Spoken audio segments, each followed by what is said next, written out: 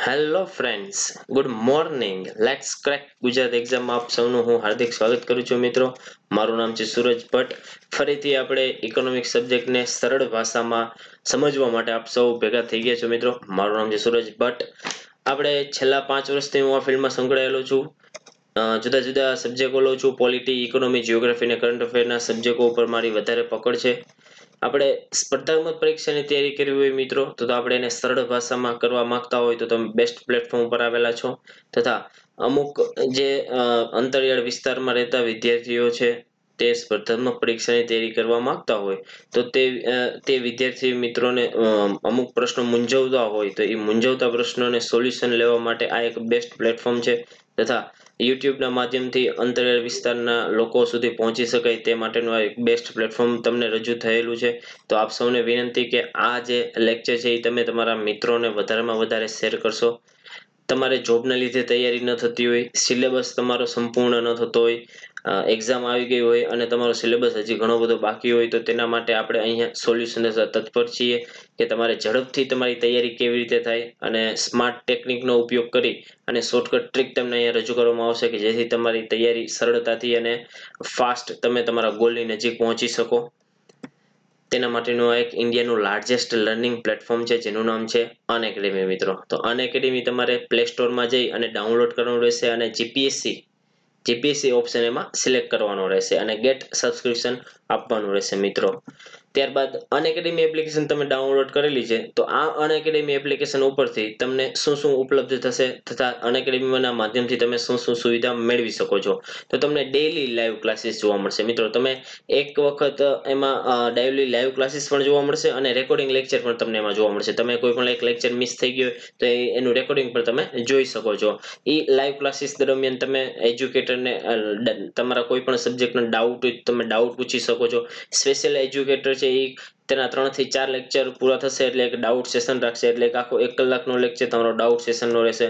ત્યારબાદ આખો structured વેમાં course હશે કે આખો તમારો જે ઈ કોર્સ છે એ તમે મારો સ્ટાર્ટિંગનો ફર્સ્ટ લેક્ચર જોયો છે તો તેમાં આખો સ્ટ્રક્ચર્ડ વેમાં કે આખો સિલેબસ તમારે કેવી રીતે સંપૂર્ણ થશે એની આખી સ્ટ્રેટેજી તમને રજૂ કરવામાં આવશે અને એ સ્ટ્રેટેજી મુજબ લેક્ચર લેવામાં આવે છે.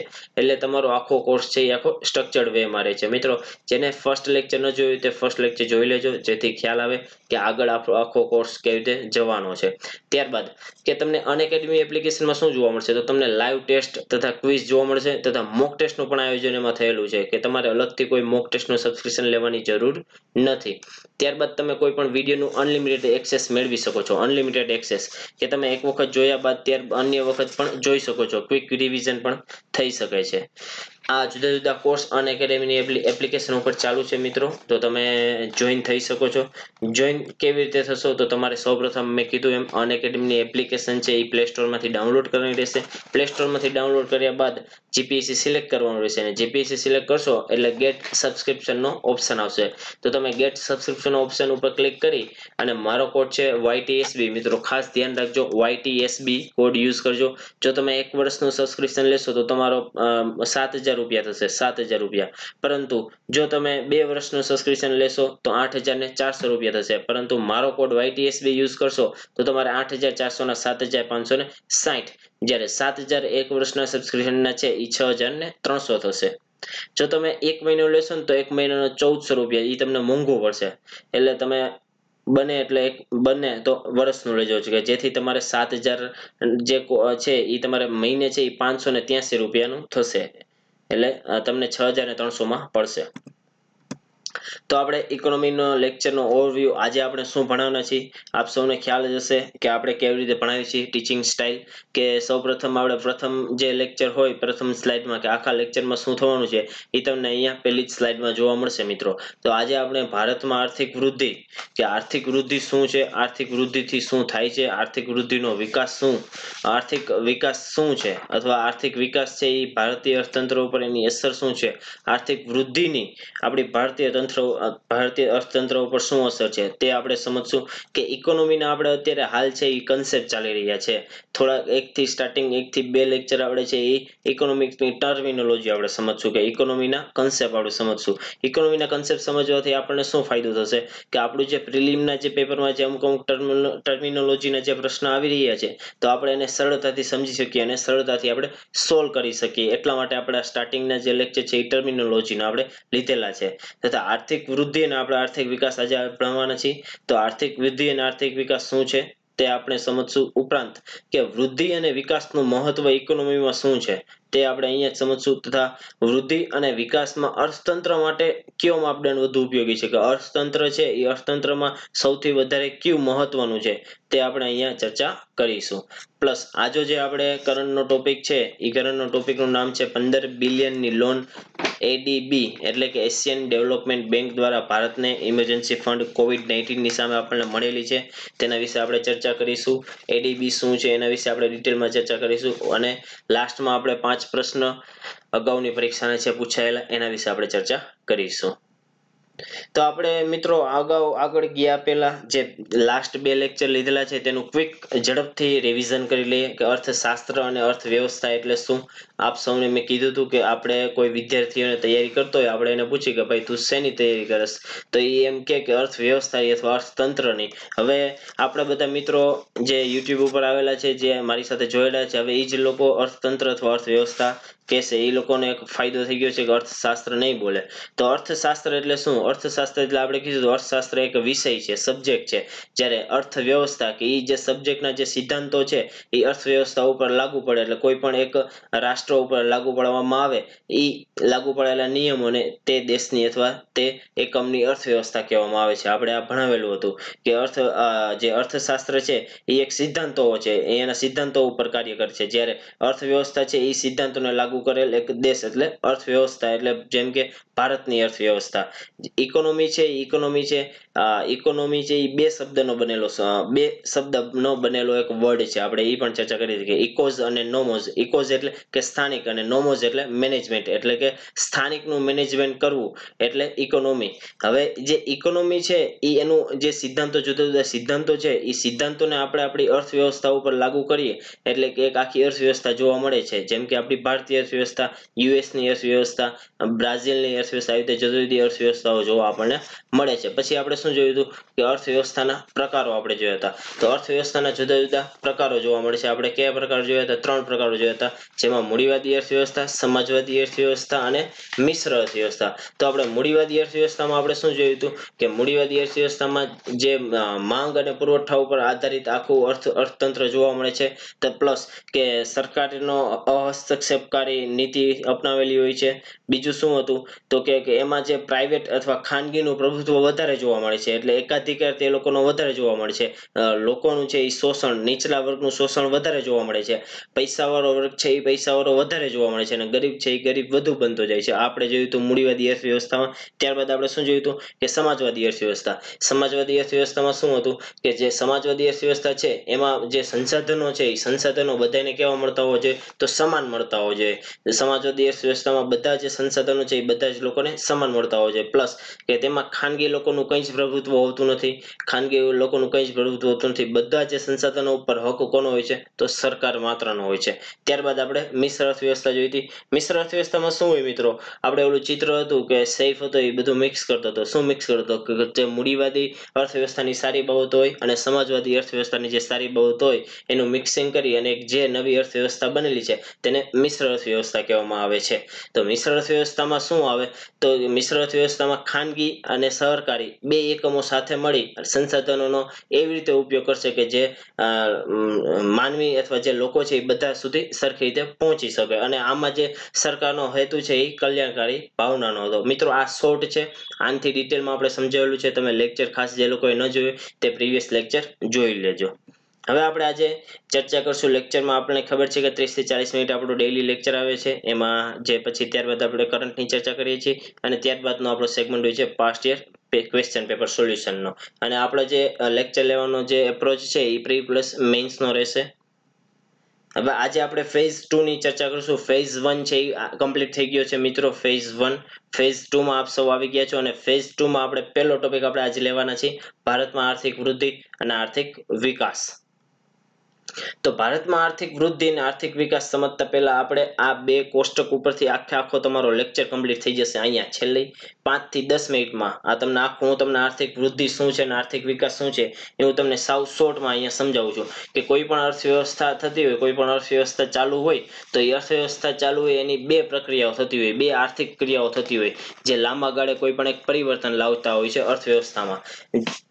બે અર્થવ્યવસ્થા કોઈ પણ અર્થવ્યવસ્થા થતી હોય એમાં બે મુખ્યત્વે પરિવર્તનો આવતા હોય છે જેમાં આર્થિક વૃદ્ધિ અને આર્થિક વિકાસ હોય છે. તો આર્થિક વૃદ્ધિ એટલે શું? તો આર્થિક વૃદ્ધિ એટલે કે પરિમાણાત્મક પરિવર્તન. પરિમાણાત્મક એટલે શું? કે જેમાં સંખ્યાત્મક કે સંખ્યાના આધારે ફેરફાર થતો હોય કે જેમાં ક્વોન્ટિટી એટલે કે જથ્થોમાં ચેન્જ થતો હોય તેને આપણે ગણી શકાતું હોય એવી કોઈ પણ ફેરફાર થતા હોય અર્થતંત્રમાં તેને આર્થિક વૃદ્ધિ કહેવાય. પણ એવા કયા આર્થિક વૃદ્ધિના માપદંડો છે અથવા એકમો છે કે જેને આપણે આર્થિક વૃદ્ધિ આમ ગણી શકીએ કે આ એક આ બે એમ ગણી શકાતું હોય? તો એમાં છે કે રાષ્ટ્રીય આવક અથવા પ્રતિ વ્યક્તિ આવક જેને માથાદીઠ આવક પણ કહેવામાં આવે છે. કે આપણે કોઈ પણ એક દેશ હોય એ દેશની આપણે રાષ્ટ્રીય આવક જોતા હોય કે આ પેલા આટલી હતી આજે આટલી છે તો એ આપણે ગણી શકતા હોય અથવા ચેન્જ જે આવતો હોય એ ક્વોન્ટિટીમાં આવતો હોય, જથ્થામાં આવતો હોય તો એને આપણે આર્થિક વૃદ્ધિ કહેશું. આર્થિક વૃદ્ધિમાં ફેરફાર થયો તેમ કહેશું. હવે આર્થિક વિકાસ એટલે શું? આ જે આર્થિક વિકાસ છે ને એ આર્થિક વૃદ્ધિ કરતા થોડોક ડીપ અથવા એનાથી વિસ્તૃત કન્સેપ્ટ છે. આર્થિક વૃદ્ધિમાં માત્ર ને માત્ર આવકનો વધારો જેમાં અથવા ઉત્પાદનમાં વધારો જે જોવા મળતો હોય કે ઉત્પાદનના વધારાને લીધે આર્થિક વૃદ્ધિ થાય છે આપણે એમ કહી શકીએ. જ્યારે આર્થિક વિકાસમાં કેવું છે તો જેમાં પરિમાણાત્મક પણ જોવા મળે છે પરિવર્તન અને ગુણાત્મક બંને પ્રકારના પરિવર્તનો જોવા મળે છે. ગુણાત્મક એટલે શું કે ગુણ જો એના વર્ડ્સ ઉપરથી તમને ખબર પડી જાય કે જે અર્થવ્યવસ્થામાં ગુણમાં ફેરફાર થતો હોય અથવા એ અર્થવ્યવસ્થામાં ગુણમાં લોકોનો ફેરફાર થતો હોય. ગુણ એટલે શું? તો કે લોકોની સુખાકારી, જીવનની સુખાકારી કે જીવન જીવવાની રીતમાં, જીવન ધોરણમાં ફેરફાર થતો હોય. લોકો છે એ ગરીબ હતા, ગરીબમાંથી લોકોને વિકાસ થયો, લોકોનું જીવન ધોરણ સુધર્યું એટલે ગરીબમાંથી જે છે એની જે પરિસ્થિતિ છે એ સમૃદ્ધ અથવા જેમ જીવન જીવી શકાય એવી રીતે થઈ. તો આવી રીતે જે પરિવર્તન જોવા મળે છે આપણને અર્થતંત્રમાં તેને ગુણાત્મક પ્રકારનું પરિવર્તન કહે છે. જેમ કે રાષ્ટ્રીય આવકમાં વૃદ્ધિની સાથે જીવન જીવવાની ગુણવત્તામાં સુધારો. કે રાષ્ટ્રીય આવક તો વધે જ છે કે પરિમાણાત્મક પરિવર્તન તો અહીંયા થાય જ છે પણ એની સાથે કે ગુણાત્મક કે લોકોનું જે જીવન ધોરણ છે એ જીવન ધોરણ એની જે ગુણવત્તા છે એમાં સુધાર આવ્યો. આ એક છે એક ગુણાત્મક પરિવર્તન છે. સાવ ઈઝી કન્સેપ્ટ છે મિત્રો કે આર્થિક વૃદ્ધિ તો થતી જ હોય છે પણ આર્થિક વૃદ્ધિની સાથે સાથે પરિમાણાત્મક પરિવર્તનની સાથે સાથે આપણને શું જોવા મળશે તો ગુણાત્મક પરિવર્તન. ગુણાત્મક પરિવર્તન એટલે શું? તો લોકોનું જીવન ધોરણ સુધરશે, લોકોને પોષણ સારું મળશે, લોકોને શિક્ષણ સારું મળશે, લોકોને હેલ્થની સર્વિસ સારી મળશે. તો આવા પ્રકારના જે વિકાસ અથવા આવા પ્રકારની જે સુવિધાઓ જે મળવા માંડે લોકોને તો એને જે છે એ આર્થિક વિકાસ કહેવામાં આવે છે. કે આર્થિક વિકાસ એટલે હજી આપણે એનાથી સરળ ભાષામાં સમજીએ કે આર્થિક વૃદ્ધિમાં માત્ર ને માત્ર ઉત્પાદન જોવામાં આવતું. ઉત્પાદન એટલે શું કે દેશમાં છે એ દેશમાં એક વર્ષ દરમિયાન જેટલું જુદા જુદા ક્ષેત્રો દ્વારા આપણા જે ક્ષેત્રો છે કૃષિ ક્ષેત્ર છે, સેવા ક્ષેત્ર છે અને ઉદ્યોગ ક્ષેત્ર દ્વારા જે ઉત્પાદન કરવામાં આવ્યું આપણે વિચાર્યું કે આ 2019માં છે એ 100 એકમોનું ઉત્પાદન કરેલું છે તો એ 2020માં છે એ 110 એકમોનું ઉત્પાદન કર્યું તો એ જે 10 એકમોનું ઉત્પાદન કર્યું ને એને માત્ર આર્થિક વૃદ્ધિ કહેવાય. કે એ માત્ર ને માત્ર શું એક ઉત્પાદન અથવા એક માપક જોવે છે કે કેટલું વધેલું છે. એ જે વધેલું જોવામાં આવે છે ને એ આર્થિક વૃદ્ધિ કહેવામાં આવે છે. પણ એ જે વધેલું એકમ છે એ 10 એકમ એ લોકો સુધી પહોંચેલું છે કે નહીં અથવા જે અન્ય જે છેલ્લા તબક્કાના અથવા જે અંતરિયાળ વિસ્તારોમાં રહેતા હોય અથવા ગરીબ લોકો સુધી એ જે 10 ઉત્પાદનો એકમ સુધી પહોંચેલું છે કે નહીં એ જે જોવું હોય તો એ જે જોવા માટે એકમ મપાય છે એનું નામ છે આર્થિક વિકાસ. મિત્રો સાવ સરળ ભાષામાં સમજાવેલું છે કે આર્થિક વૃદ્ધિ છે એ માત્ર ને માત્ર ઉત્પાદન છે એ જોવે છે. જ્યારે ઉત્પાદનનું જે વિતરણ છે, ઉત્પાદનનું વિતરણ લોકોમાં કેવી રીતે થયેલું છે તે આપણને શેમાં જોવા મળશે તો આર્થિક વિકાસમાં જોવા મળશે. નેક્સ્ટ આપણે જોઈએ કે જો તમને અહીંયા આ ગ્રાફ છે, એ ગ્રાફ ઉપરથી ખબર પડી જશે કે આર્થિક વૃદ્ધિ એટલે શું થાય, જેને ઇકોનોમિક ગ્રોથ ઇંગ્લિશમાં કહેવામાં આવે છે. ઇકોનોમિક ગ્રોથ એટલે શું, તો કે માત્ર ને માત્ર જે વધારો છે ને એ જોવા મળે છે. જો તમે અહીંયા જો ઉપરથી જાય છે, માત્ર ને માત્ર પેલા ઓછા કોઈ નથી, એનથી વધારો, એનથી વધારો, એનથી વધારો, એનથી વધારો, કે માત્ર ને માત્ર વધારો જોવા મળે છે. જ્યારે આર્થિક વિકાસ એટલે શું, આર્થિક વિકાસ એટલે કે લોકોનું જીવન ધોરણ, લોકોને જુદી જુદી સેવાઓ મળેલી છે, જેમ કે પોષણ છે, પોષણયુક્ત આહાર છે, પછી રોટી કપડા અને મકાન, જે બેઝિક જે સુવિધાઓ છે એ બેઝિક સુવિધાઓ જે ગરીબ લોકો સુધી પહોંચેલી છે કે નહીં, શિક્ષણ પહોંચેલું છે કે નહીં, હેલ્થની સર્વિસ, હેલ્થ સેવાઓ પહોંચેલી છે કે નહીં, એ જોઈને અને જે વિકાસ અથવા જે વિકાસ માપવામાં આવે છે એને આર્થિક વિકાસ કહે છે. જો અહીંયા કે લોકોની અંદર જુદા જુદા પ્રકારના ફેરફારો આવે, લોકોનું જીવન ધોરણ સુધરે, લોકોને સુખાકારી મળે, એ જે લોકોની અંદર જે વિકાસ જોવા મળે ને એને આર્થિક વિકાસ કહેવામાં આવે છે. કે લોકોની અંદર જે વૃદ્ધિ જોવા મળેલી છે, કે લોકોની અંદર જે પોતાનું સારું જીવન ધોરણ થયેલું છે, લોકોની આવક વધેલી છે, એ આવક વધેલી હોવાને કારણે લોકોની માંગ વધશે, સારું ખોરાક ખાશે, પોષણયુક્ત ખોરાક ખાશે, સારું શિક્ષણ મેળવશે, સારું શિક્ષણ એજ્યુકેશન સારું મળશે, એટલે કે સારી એને સ્વાસ્થ્ય સેવાઓ મળશે. આવી રીતે જે લોકોને અંત સુધી કે લોકો જે બધા જ લોકોને જે આ બધી સુવિધાઓ મળે છે તેનો જે આપણે ઉલ્લેખ અથવા એવી જે અર્થવ્યવસ્થાને ભણવી હોય તો તેને આર્થિક વિકાસ કહેવામાં આવે છે. ત્યારબાદ આર્થિક વૃદ્ધિના માપદંડો. જો આર્થિક વૃદ્ધિના માપદંડો આપણે આગળ કીધું હતું કે વાસ્તવિક રાષ્ટ્રીય આવક અથવા આપણે રાષ્ટ્રીય આવક કીધી, રાષ્ટ્રીય ઉત્પાદન અને પ્રતિ વ્યક્તિ આવક એટલે કે માથાદીઠ ઉત્પાદન. તો આર્થિક વૃદ્ધિના માપદંડોમાં રાષ્ટ્રીય ઉત્પાદન એટલે કેવી રીતે આર્થિક વૃદ્ધિનો માપદંડ ગણવામાં આવે છે, તો મેં તમને કીધું હતું કે રાષ્ટ્રીય ઉત્પાદન એટલે કોઈ પણ એક દેશ હોય, એ દેશમાં કોઈ પણ એક દેશમાં એક વર્ષ અથવા એક નિશ્ચિત સમયગાળામાં જે વસ્તુ અને સેવાનું ઉત્પાદન થયેલું હોય છે એને આપણે રાષ્ટ્રીય ઉત્પાદન કહેશું. આ જે રાષ્ટ્રીય ઉત્પાદન છે આપણે જોતા હોઈશું, ન્યૂઝપેપરમાં આવતું હોય છે કે જીડીપી ના આંકડા આટલા હતા, પહેલા 7.1 હતા, હવે 7.5 થયો છે. તો આ જે ફેરફાર, આ જે આંકડામાં, આ જે સંખ્યામાં ફેરફાર થયેલો છે તેને આપણે આર્થિક વૃદ્ધિનો માપદંડ કહેશું અથવા આર્થિક વૃદ્ધિ થઈ એમ કહેવાશું. વાસ્તવિક રાષ્ટ્રીય આવક. તો પેલા મિત્રો રાષ્ટ્રીય આવક એટલે શું એ આપ સૌને ખ્યાલ હોવો જોઈએ કે રાષ્ટ્રીય આવક એટલે કે જે આપણે રાષ્ટ્રીય ઉત્પાદન જે થયેલું છે એનું એક નાણાકીય મૂલ્ય દર્શાવવામાં આવે છે, જેને દેશની રાષ્ટ્રીય આવક કહે છે.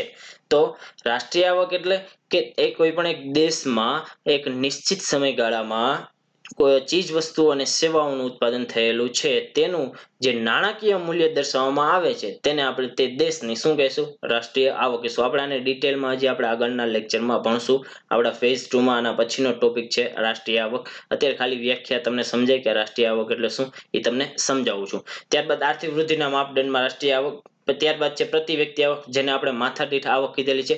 માથાદીઠ આવકને આપણી વસ્તી સાથે સંબંધ છે. કેવી રીતે સાહેબ, તો માથાદીઠ આવક છે કુલ જે રાષ્ટ્રીય આવક છે એને છે વસ્તી હારે ડિવાઈડ કરો અથવા વસ્તી હારે ભાગ કરો, આપણને જે આવક મળે એ માથાદીઠ આવક મળે છે.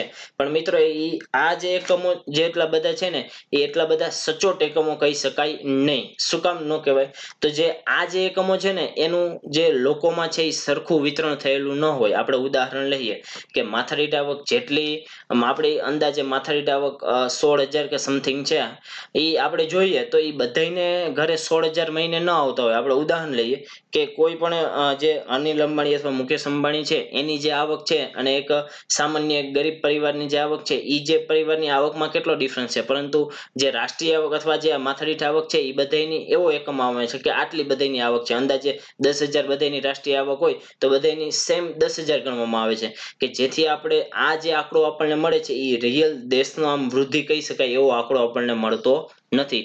એટલે આપણે આ જે એકમો છે એ થોડાક ભ્રામક છે. એટલે આ જે એકમો આપણી આર્થિક વૃદ્ધિ માપવા માટે છે એ આર્થિક વૃદ્ધિ કહી શકાય, પણ લોકોનો વિકાસ થયો છે કે લોકો સુધી આ જે વૃદ્ધિ પહોંચેલી છે એ આપણે આ માપદંડો ઉપરથી આપણે જાણી શકીએ નહીં.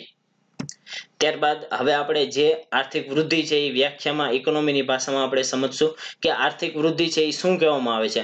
કે આર્થિક વૃદ્ધિ એટલે શું કે રાષ્ટ્રીય આવકનો વૃદ્ધિ દર અથવા વસ્તુઓ અને સેવાઓનું જે કુલ ઉત્પાદન થયેલું છે એના જે પ્રમાણમાં સતત પ્રમાણમાં જે વધારો જોવા મળે છે તેને આપણે આર્થિક વૃદ્ધિ કહીશું. આપણે કીધું હતું કે કોઈ પણ એક દેશ હોય એ દેશમાં કોઈ પણ ચીજવસ્તુઓનું ઉત્પાદન થતું હોય એ સતત વધતું રહેતું હોય તો એ જે ચીજવસ્તુનું માત્ર ઉત્પાદન વધેલું ને એ જે ઉત્પાદન વધ્યું એને આપણે આર્થિક વૃદ્ધિ કહીએ છીએ. એ ઉત્પાદન થયેલી વસ્તુઓ છે એ લોકો સુધી પહોંચી છે કે નહીં એ આપણે અહીંયા જોવાનું નથી. એ આપણે જોશું શેમાં? આર્થિક વિકાસમાં. ત્યારબાદ દેશના ઉત્પાદનના જે સાધનો છે એ સાધનોમાં પુરવઠામાં તેમની પ્રાપ્તિમાં વધારો થયો હોય, સાધનોની ઉત્પાદકતામાં વધારો થયો હોય, કાર્યક્ષમતામાં વધારો થયો હોય. તેનાથી શું થાય તો તેનાથી રાષ્ટ્રીય વાસ્તવિક આવક રાષ્ટ્રીય આવક વધે, માથાદીઠ આવક વધે અને અંતે આર્થિક વૃદ્ધિ થાય. જો ન્યા મિત્રો શું કીધું છે કે દેશના ઉત્પાદનના સાધનોમાં વધારો થયો હોય. ઉત્પાદનના સાધનો છે એ ક્યાં ક્યાં છે તો મૂડી, જમીન, શ્રમ અને નિયોજન. આ જે ચાર જે ઉત્પાદનના સાધનો છે એમાં વધારો થયો હોય તો જેથી શું થશે તો લોકો છે એ ઉત્પાદનના સાધનોમાં વધારો થશે કે લોકોની આવક વધશે. લોકોની આવક વધશે એટલે લોકો ખર્ચ કરશે. લોકો ખર્ચ કરશે એટલે કે પાછા ઉદ્યોગોની માંગ વધે એટલે પાછા ઉદ્યોગો ઉત્પાદનમાં વધારો થશે. આવી રીતે આખી જે સાયકલ ચાલે છે એ સાયકલના લીધે દેશને આવક થશે. દેશને આવક થશે એટલે દેશને આવક થાય એટલે એના લોકોને આવક થશે. એટલે આવી રીતે માથાદીઠ આવકમાં વધારો થાય એને શું કહેવામાં આવે છે મિત્રો? તો એને કહેવામાં આવે છે આર્થિક વૃદ્ધિ. સાવ સરળ ભાષામાં સમજાવું છું. કોઈને પ્રશ્ન હોય તો કોમેન્ટમાં જણાવજો. આજે પણ એક સૂચના આપી દઉં કે ઇન્ટરનેટની અસુવિધાને લીધે આપણે લાઈવ લેક્ચર લઈ શકતા નથી, પરંતુ મિત્રો તમને લાઈવ કોમેન્ટમાં આપણે હાજર રહીશું. તમારે કોઈ પણ પ્રશ્ન હોય ન સમજાતો હોય તો તમે કોમેન્ટ કરજો.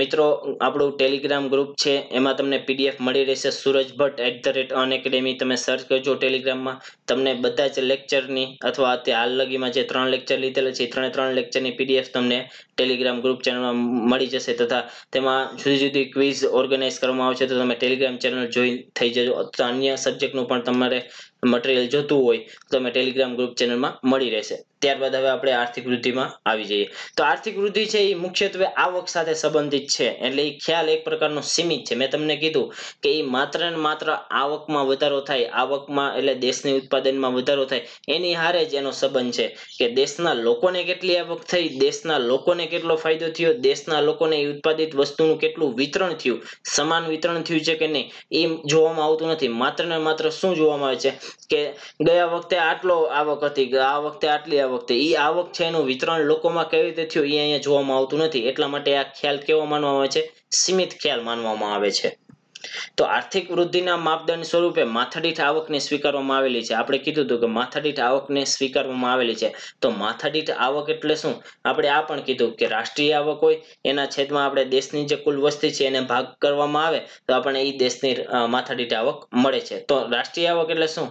આ આપણે કહી દીધું કે રાષ્ટ્રીય આવક એટલે કે દેશના તમામ લોકોની એક વર્ષની આવક અથવા એક વર્ષ દરમિયાન દેશમાં જે ચીજવસ્તુઓ અને સેવાનું ઉત્પાદન થાય છે એ વસ્તુઓનું ઉત્પાદનના જે નાણાકીય મૂલ્ય છે એ નાણાકીય મૂલ્યને આપણે શું કહેશું? તો રાષ્ટ્રીય આવક કહેશું મિત્રો.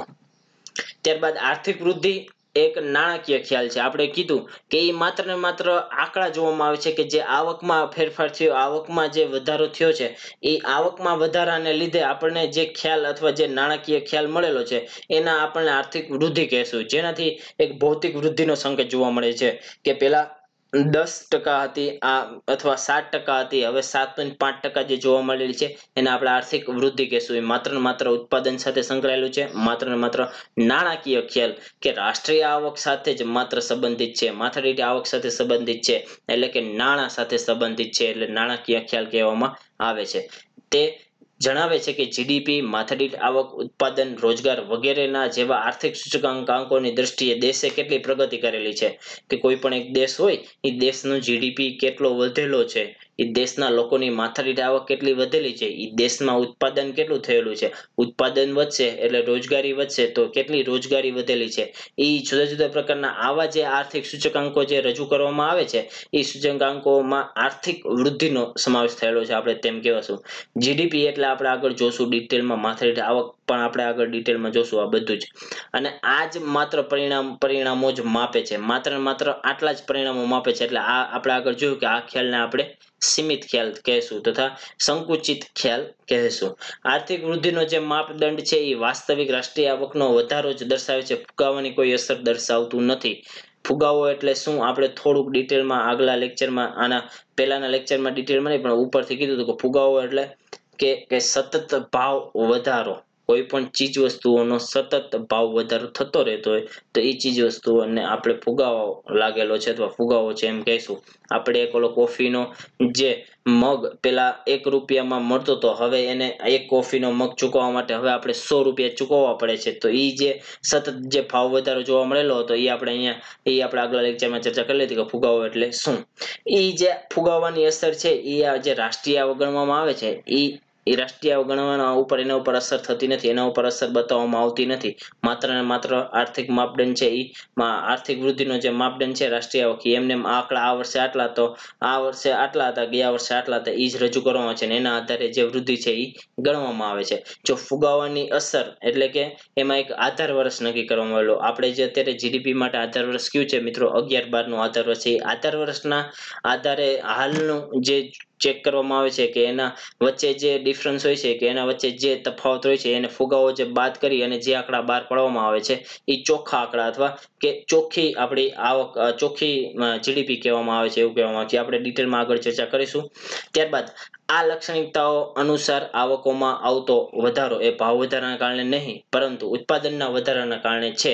એટલે કે આવક ઉપર જ નિર્ભર છે. જો તમને માત્ર ને માત્ર આ આખો ખ્યાલ છે એ માત્ર ને માત્ર કેના ઉપર નિર્ભર છે તો આવક ઉપર જ નિર્ભર છે. આપણે કીધું હતું કે ઉત્પાદન ઉપર નિર્ભર છે. એનું વિતરણ કેવી રીતે થાય છે કે લોકોને કેટલો આ આવકનો લાભ થયેલો છે તેના ઉપર નથી. માત્ર ને માત્ર દેશમાં ઉત્પાદન કેટલું થયું છે એ દેશના ઉત્પાદન થયેલું છે એ દેશના લોકોમાં કેટલું વિતરણ થયેલું છે તે નથી. દેશની રાષ્ટ્રીય આવક કેટલી થયેલી છે, માથાદીઠ આવક કેટલી છે એનો જે ખ્યાલ આપણે માપવો હોય એના વિશે જાણવું હોય તો આપણે એમ કહી શકીએ કે આર્થિક વૃદ્ધિ થઈ એમ કહેવામાં આવે છે.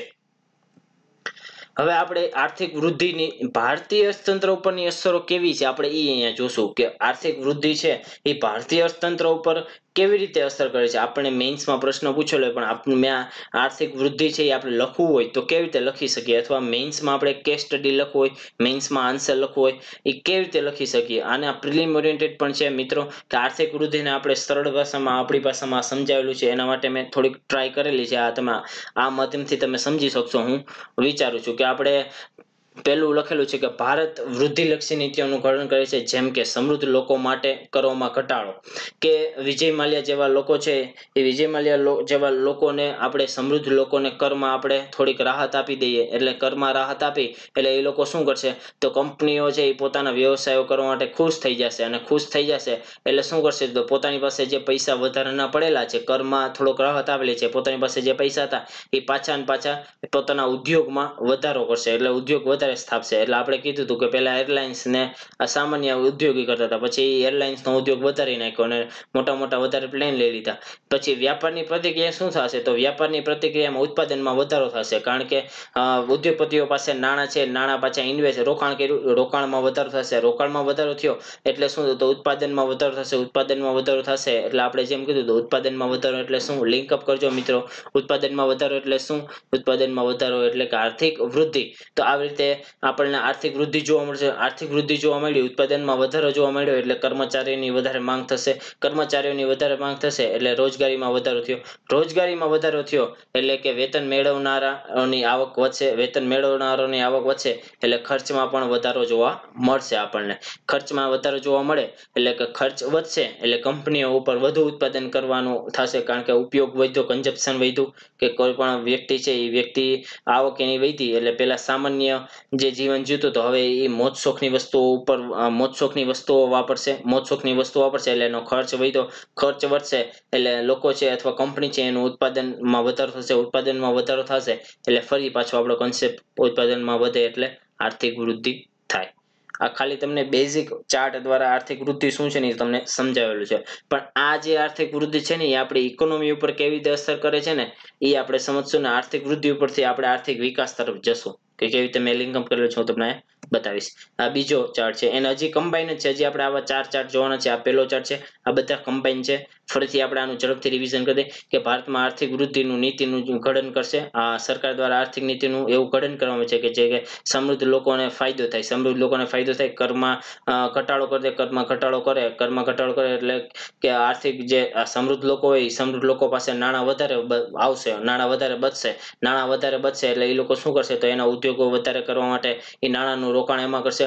ઉદ્યોગોનું વધારે એમાં રોકાણ કરશે એટલે ઉત્પાદન વધશે એટલે રોજગારીમાં વધારો થશે એટલે કે લોકોની આવકમાં વધારો થશે તો શું થશે કે લોકો છે હવે જીવન જરૂરિયાતની ચીજવસ્તુઓ ઉપરાંત બીજા ખર્ચાઓ કરવા માંડશે. બીજા ખર્ચાઓ કરશે એટલે ફરી પાછું કનેક્ટ કરો કે ઉત્પાદનમાં વધારો થશે. ત્યારબાદ હવે ઉત્પાદનમાં વધારો થયો, ઉચ્ચ વૃદ્ધિ આવવાથી હવે કેવી સરકાર નીતિ અપનાવશે કે બિઝનેસ ફ્રેન્ડલી નીતિઓ અપનાવશે. બિઝનેસ ફ્રેન્ડલી નીતિઓ અપનાવવા માટે તો વ્યાપારની પ્રતિક્રિયા શું થશે, હવે વ્યાપારની પ્રતિક્રિયા પાછો ઉત્પાદનમાં વધારો થશે કારણ કે સરકારે હજી પાછી થોડીક રાહત દર આપી દીધી, સેસ જેવા એકમો સ્થાપી દીધા એટલે કે ઝડપથી લોકો છે એ ઉદ્યોગો તરફ વધારે વિકસ્યા. ઉદ્યોગોમાં વધારો થયો એટલે ઉદ્યોગોના ઉત્પાદનમાં વધારો થયો. ઉદ્યોગોના ઉત્પાદનમાં હવે જે વધારો થયો હશે એ જે વધારો છે એ અમુક મર્યાદિત સંસાધનોના કારણે અમુક અવરોધો હવે એને ઉદ્ભવ થયો હશે. અમુક પેલા જે વધારો થયો હતો એ રોજગારી મળી ગઈ, સંસાધનોનો ઉપયોગ જેટલો થતો હતો એટલો બધો સંસાધનનો ઉપયોગ કરી લીધો, પરંતુ હવે એની પાસે બિઝનેસ ફ્રેન્ડલી નીતિ બનાવી હોવાથી પણ હવે સંસાધનો મર્યાદિત હોવાથી હવે શું થશે, તો હવે અમુક પ્રકારના અવરોધો ઊભા થશે. આ જે અવરોધના લીધે પાછો ઉદ્યોગપતિઓ છે એ સરકારને કહેશે કે સરકાર થોડીક છે એ હળવાશ કરજો કારણ કે મેં પેલા લોન લીધેલી હતી, અત્યારે મેં જે લોન લીધી હતી એ મુજબ મેં ઉદ્યોગ બનાવતો પણ એ મુજબ સંસાધનો નહોતા એટલે હવે શું થશે, તો સરકારને કહેશે કે થોડીક રાહત આપો, થોડોક સમય મને આપો કે આટલા દિવસ પછી હું ભરી દઈશ પૈસા, થોડોક સમય આપો એમ કે અવરોધના લીધે ઉદ્યોગપતિઓ સરકાર ઉપર દબાણ કરશે. તો હવે એ પોતાનો બિઝનેસ એટલો બધો એનો વિકસી ગયો હોય કે ઈ જો એનો બિઝનેસ પડી ભાંગે તો અર્થતંત્ર ઉપર અસર થાય એટલે સરકારને ઈચ્છતી ન હોય કે આને આપણે રાહત નથી આપવી પણ તો પણ આપવી પડે છે. શું કામ? કારણ કે અર્થતંત્ર પડી ભાગવાની બીક હોય છે એટલે સરકારની ઈચ્છા ન હોવા છતાં પણ તેની માંગણીઓ અપનાવે છે. હવે અતિશય હળવા નિયમના લીધે શું થશે, તો ક્ષમતા કરતા હવે જે ઉત્પાદકો છે એ વધારે ઉત્પાદન કરશે કે એ લોકોને જેટલી ક્ષમતા હતી એની કરતા પણ વધારે ઉત્પાદન કરશે. હવે જે ક્ષમતા હતી એની કરતા વધારે ઉત્પાદન કરશે એટલે એના માટે એ લોકોને નાણાં જોઈએ. નાણાં લેવા માટે કોની પાસે જશે, તો બેંકમાં જશે. બેંક પાસે એ એકદમ વધારાની ક્રેડિટ લેશે, એક્સ્ટ્રા ક્રેડિટના આધારે શું કરશે, તો હવે જે જમીન છે એ જમીન એટલે લોકો જમીન સંસાધનોનો રિસોર્સ છે એ ઓછો હોવાથી ખેડૂતો અને ગરીબ લોકો પાસેથી ઓછા ભાવે જમીન ખરીદી લેશે અને ઓછા ભાવે જમીન ખરીદી લેશે એટલે જમીનના નિયમોને આપણે હળવા બનાવેલા હતા. જમીનના નિયમો હળવા બનાવેલા હતા તથા અધિનિયમકારી મજૂર બજારો અને યુનિયનના અભાવના કારણે કર્મચારીઓ છે એ કર્મચારીઓની મજૂરીની કિંમત છે એ પણ મજૂરીની કિંમત પણ ઓછી થશે. એ કેવી રીતે મિત્રો કે એકી સાથે આ જે ઉદ્યોગપતિઓ છે એ ઉદ્યોગપતિઓ મોટી જમીનીઓ સરકાર પાસેથી સસ્તા ભાવમાં ખરીદી લેશે. સસ્તા ભાવમાં જમીન ખરીદી લીધી એટલે ખેડૂતો છે એ જમીન વિહોણા બનશે અને ગરીબો છે એ ઓછા ભાવે કામ કરવા માટે રેડી થઈ જશે કારણ કે લોકો પાસે કામ ન હોય અને જમીન વિહોણા થઈ ગયા હોય, જમીન ન હોય અને કામ મળતું હોય તો મજૂરીનું કામ પણ એ સસ્તા ભાવે કરશે એટલે કે મજૂરીની કિંમત છે એ મજૂરીની કિંમત ઉપર પણ અસર થશે અને પરિણામે શું થશે, તો કંપનીઓ જે જરૂરિયાત કરતા વધુ ઉત્પાદન કરશે કે કંપનીને જરૂરિયાત હતી આટલી પણ એની કરતા વધારે ઉત્પાદન કરશે કારણ કે એની પાસે કર્મચારીઓ મળી ગયા છે, એની પાસે જે નાણાં જોતા હતા એ નાણાંનો પુરવઠો પણ મળી ગયો છે, પ્લસ જે હળવા નિયમો સરકાર દ્વારા જોતા હતા એ હળવા નિયમો પણ સરકાર દ્વારા મળી ગયા છે.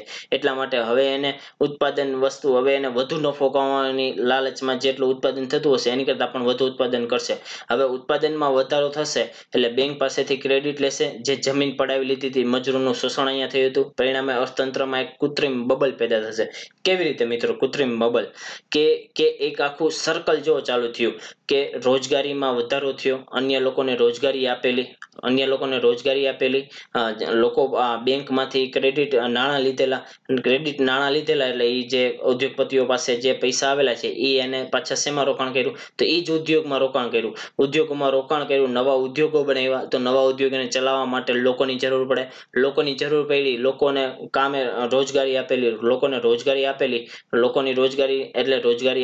લોકોની આવકમાં વધારો થયો. લોકોની લોકોની આવક વધી એટલે હવે લોકોનો ખર્ચ થશે અને ઉત્પાદનમાં વધારો થશે એટલે કે એક આખો આર્થિક વૃદ્ધિ થઈ પણ આ આખું કૃત્રિમ વૃદ્ધિ થઈ કારણ કે જે ઉદ્યોગપતિઓ છે એ શું કર્યું તો હળવા નિયમોનો ફાયદો ઉઠાવી અને બેંકમાંથી નાણાં લઈ અને આખો આ અર્થતંત્ર બનાવેલું છે કે ઉત્પાદન છે એ આવી રીતે આખું ઉત્પાદનમાં વધારો થયેલો છે પરંતુ જો હવે આમાં કોઈ પણ પ્રકારનું ડિસબેલેન્સ અથવા બેલેન્સ ન થાય અને આ જે બબલ છે એ ફૂટવાની શક્યતા છે એ બબલ કેવી રીતે ફૂટશે એ આપણે જોશું હવે જે કૃત્રિમ બબલ છે એ અર્થવ્યવસ્થામાં માંગ અને પુરવઠા ઉપર અસર કરશે શું કામ કારણ કે જેટલું ઉત્પાદન કરવાનું હતું ઉદ્યોગે એની કરતા વધારે ઉત્પાદન કરી નાખેલું અને માંગ એટલી બધી હતી નહીં એટલે કે પુરવઠો હવે છે એ વધારે થઈ ગયો પુરવઠો વધારે થઈ ગયો એટલે આપણે માંગ અને પુરવઠાનો નિયમ અહીંયા લાગુ પડશે કે બજારમાં એટલી બધી માંગ ન હોય અને પુરવઠો તમારી પાસે એકદમ હોય તો શું થશે તો એ જે ચીજ વસ્તુનો ભાવ છે એકદમ ક્રાઇસિસ એટલે કે ભાવ છે એ ડાયરેક્ટ નીચે જોવા મળશે હવે ઓછી માંગના લીધે કંપનીનો વધુ પડતો પુરવઠો જોવા મળશે કે ઓલરેડી કંપની પહેલા આપણે જોયું હતું કે કંપની પાસે જેટલું ઉત્પાદન કરવાનું હોય એની કરતાં પણ વધારે કંપનીએ ઉત્પાદન ચાલુ કરી દીધું હતું એટલે કે હવે અત્યારે એની પાસે પુરવઠો છે એ એકદમ વધારે જોવા મળશે એટલે ઓછી માંગના લીધે કંપનીનો વધુ પુરવઠો જોવા મળશે પુરવઠો વધુ જોવા મળશે એના લીધે હવે શું થશે તો જે નફો છે એ ડાયરેક્ટ નફા ઉપર અસર થશે કારણ કે એટલા ભાવ આવતા નથી જેના કારણે તેમની પાસે જે ન વેચાયેલ સ્ટોક છે એ સ્ટોક વધારે એમાં વધારો થશે એ વધારો થશે અને વેચાણમાં છે એ વેચાણમાં એ ઘટાડો થશે શું કામ કારણ કે બજારમાં એટલી માંગ નથી બજારમાં એટલી માંગ ન હોવાના લીધે એ ચીજ વસ્તુઓના અથવા એ જે ચીજ વસ્તુઓના ઉદ્યોગો છે એ ચીજ વસ્તુના ઉદ્યોગોના નફામાં ડાયરેક્ટ અસર થશે એટલે નફામાં ઘટાડો થશે અને ન વેચાયેલ સ્ટોકથી કંપનીનું ઉત્પાદન કેવું થશે તો ઓછું થશે કારણ કે હવે જે કંપની છે એટલું ઉત્પાદન નહીં કરે ઓલરેડી એટલો પુરવઠો પોતાના બજારમાં અથવા એના માર્કેટમાં રહેલો છે કે જેથી એ નવું ઉત્પાદન કરે અથવા નવું ઉત્પાદન કરશે તો હજી એનાથી ભાવ વધારે ડાઉન થવાની શક્યતા છે એટલે એ ઉત્પાદન ઓછું કરી નાખશે ઉત્પાદન ઓછું કરવા માટે હવે જે ઓલા રોજગાર આપેલી હતી જે કર્મચારીઓને એક્સ્ટ્રા હવે એ જે રોજગાર આપેલી હતી એ રોજગારમાંથી ઘટાડો કરશે બેરોજગારોની હવે અર્થવ્યવસ્થા જો હવે કેવી રીતે અર્થવ્યવસ્થા પડી ભાંગે છે એ આપણે જોશું કે કોઈ પણ એક અર્થવ્યવસ્થા છે એ કૃત્રિમ રીતે આખી આગળ આવેલી હોય અને એ જ અર્થવ્યવસ્થા પાછી પડી ભાંગે એ એના જ લીધે કે માંગ અને પુરવઠાનો નિયમ છે એ બહુ અહીંયા સચોટ રીતે લાગુ પડે છે ઇકોનોમી ઉપર કે જે નફામાં જે નફામાં ઘટાડો થયો બેરોજગારીની સંખ્યામાં વધારો થયો કારણ કે જે હવે નફામાં ઘટાડો થયો હોવાથી ઉદ્યોગપતિઓ શું કરશે તો જે ઉત્પાદન ઓછું કરેલું છે ઉત્પાદન ઓછું કરેલું હોવાથી જે કર્મચારીઓની જરૂર નથી એ કર્મચારીઓને ફાયર કરશે છૂટા કરી દેશે એટલે કે બેરોજગારીમાં વધારો થશે એટલે હવે ઇકોનોમીમાં જે ઉત્પાદન છે એ ઉત્પાદનમાં ઘટશે એટલે આર્થિક વૃદ્ધિમાં પણ ઘટાડો થશે હવે ઓછો નફો હોવાથી એને કોઈ પણ ઉદ્યોગના એકમે લોન લીધેલી હશે હવે એ જે લોન લીધેલી હશે હવે લોનની ચુકવણીમાં છે એ વિલંબ થશે એટલે નવો કન્સેપ્ટ આપણે આવેલો છે NPA નોન પરફોર્મિંગ એસેટ્સની સમસ્યામાં વધારો થશે બેંક પણ એવું હશે કે બેંક પણ દિવાળું ફૂંકી દે કારણ કે ઉદ્યોગપતિઓ દ્વારા છે એ લોન ભરપાઈ કરવામાં આવતી નથી અને બેંકો પાસે એટલા પૈસા નથી કે એ લોકોના નાણાં આપી શકે એટલે બેંક પણ દિવાળું ફૂંકી શકે છે ત્યારબાદ બેંકોની સમસ્યામાં વધારો થશે બેરોજગારીમાં વધારો થશે હવે કોઈ જ પ્રકારની વૃદ્ધિ દેશમાં થતી નથી એટલે જે બબલ હતું બબલ હવે એ ફૂટશે એટલે છલકાશે અને સંપૂર્ણ એક આર્થિક સંકટ કે જેને ઇકોનોમિક ક્રાઇસિસ કહેવામાં આવે છે ઇકોનોમિક ક્રાઇસિસ કહે છે આને આપણે આખું જોયું ને ઇકોનોમિક ક્રાઇસિસ પણ કેવા ઇકોનોમિક ક્રાઇસિસ કે આર્થિક વૃદ્ધિના આધારે કોઈ પણ એક માપદંડ નક્કી કરવામાં આવે અને એના આધારે આખું ઇકોનોમી જોવામાં આવે તો એના સરવાળે અંતે આવું જોવા મળે છે કે આર્થિક વૃદ્ધિ છે એ આર્થિક વૃદ્ધિના આધારે જો કોઈ પણ એક આખો માપદંડનો એકમ ગણવામાં આવે છે તો એ આર્થિક વૃદ્ધિ છે એ આર્થિક વૃદ્ધિ માત્ર ને માત્ર દેશનું ઇકોનોમી અથવા દેશની જે અર્થવ્યવસ્થા છે એ નક્કી કરતું નથી એની સાથે આપણે આર્થિક વિકાસ જોઈએ જો આમાં સરકારે સરખી રીતે નિયમો લાગુ કર્યા હોત અને હળવા પ્રકારના નિયમો ન કર્યા હોત અને જે ઉત્પાદન કરતું હોય કોઈ પણ ઉદ્યોગ હોય એને ઉત્પાદન ઉપર રોક લગાવેલી હોત તો તથા જે ઉત્પાદન કરેલી ચીજ વસ્તુ છે એનું વિતરણ સરખા લોકોમાં કરાવેલું હોત તથા છેલ્લા જે તબક્કાના લોકો સુધી ઉત્પાદન કરેલી ચીજ વસ્તુઓ પહોંચાડેલી હોત તો જે ઉત્પાદન કરેલો જથ્થો છે એ વેચાઈ જવાની શક્યતા હોત આનું એક સોલ્યુશન આપણે એ પણ કહી શકીએ અને મિત્રો આપ સૌ પાસે હું પણ સોલ્યુશન માંગુ છું કે આવી સમસ્યા થઈ હોય તો તમે કમેન્ટમાં જણાવજો કે તો સોલ્યુશન શું લાવી શકાય અર્થવ્યવસ્થામાં શું આપણે તમે સજેશન આપી શકો છો કે અર્થવ્યવસ્થા કેવી રીતે આપણે ફરીથી ગતિમાં લાવવી હોય તથા ફરીથી આપણે વૃદ્ધિ કરવી હોય તો કેવી રીતે કરી શકીએ છીએ હવે આપણે આર્થિક વિકાસ તરફ જશું કે આપણે જે ઉત્પાદિત ચીજવસ્તુઓ છે એ ઉત્પાદિત ચીજવસ્તુઓનું લોકોમાં સરખી રીતે આપણે વિતરણ કરશું. જે લોકોમાં સરખી રીતે અને સરખા ભાગે વિતરણ થાય ને એટલે શું થાય તો દેશનો આર્થિક વિકાસ થાય.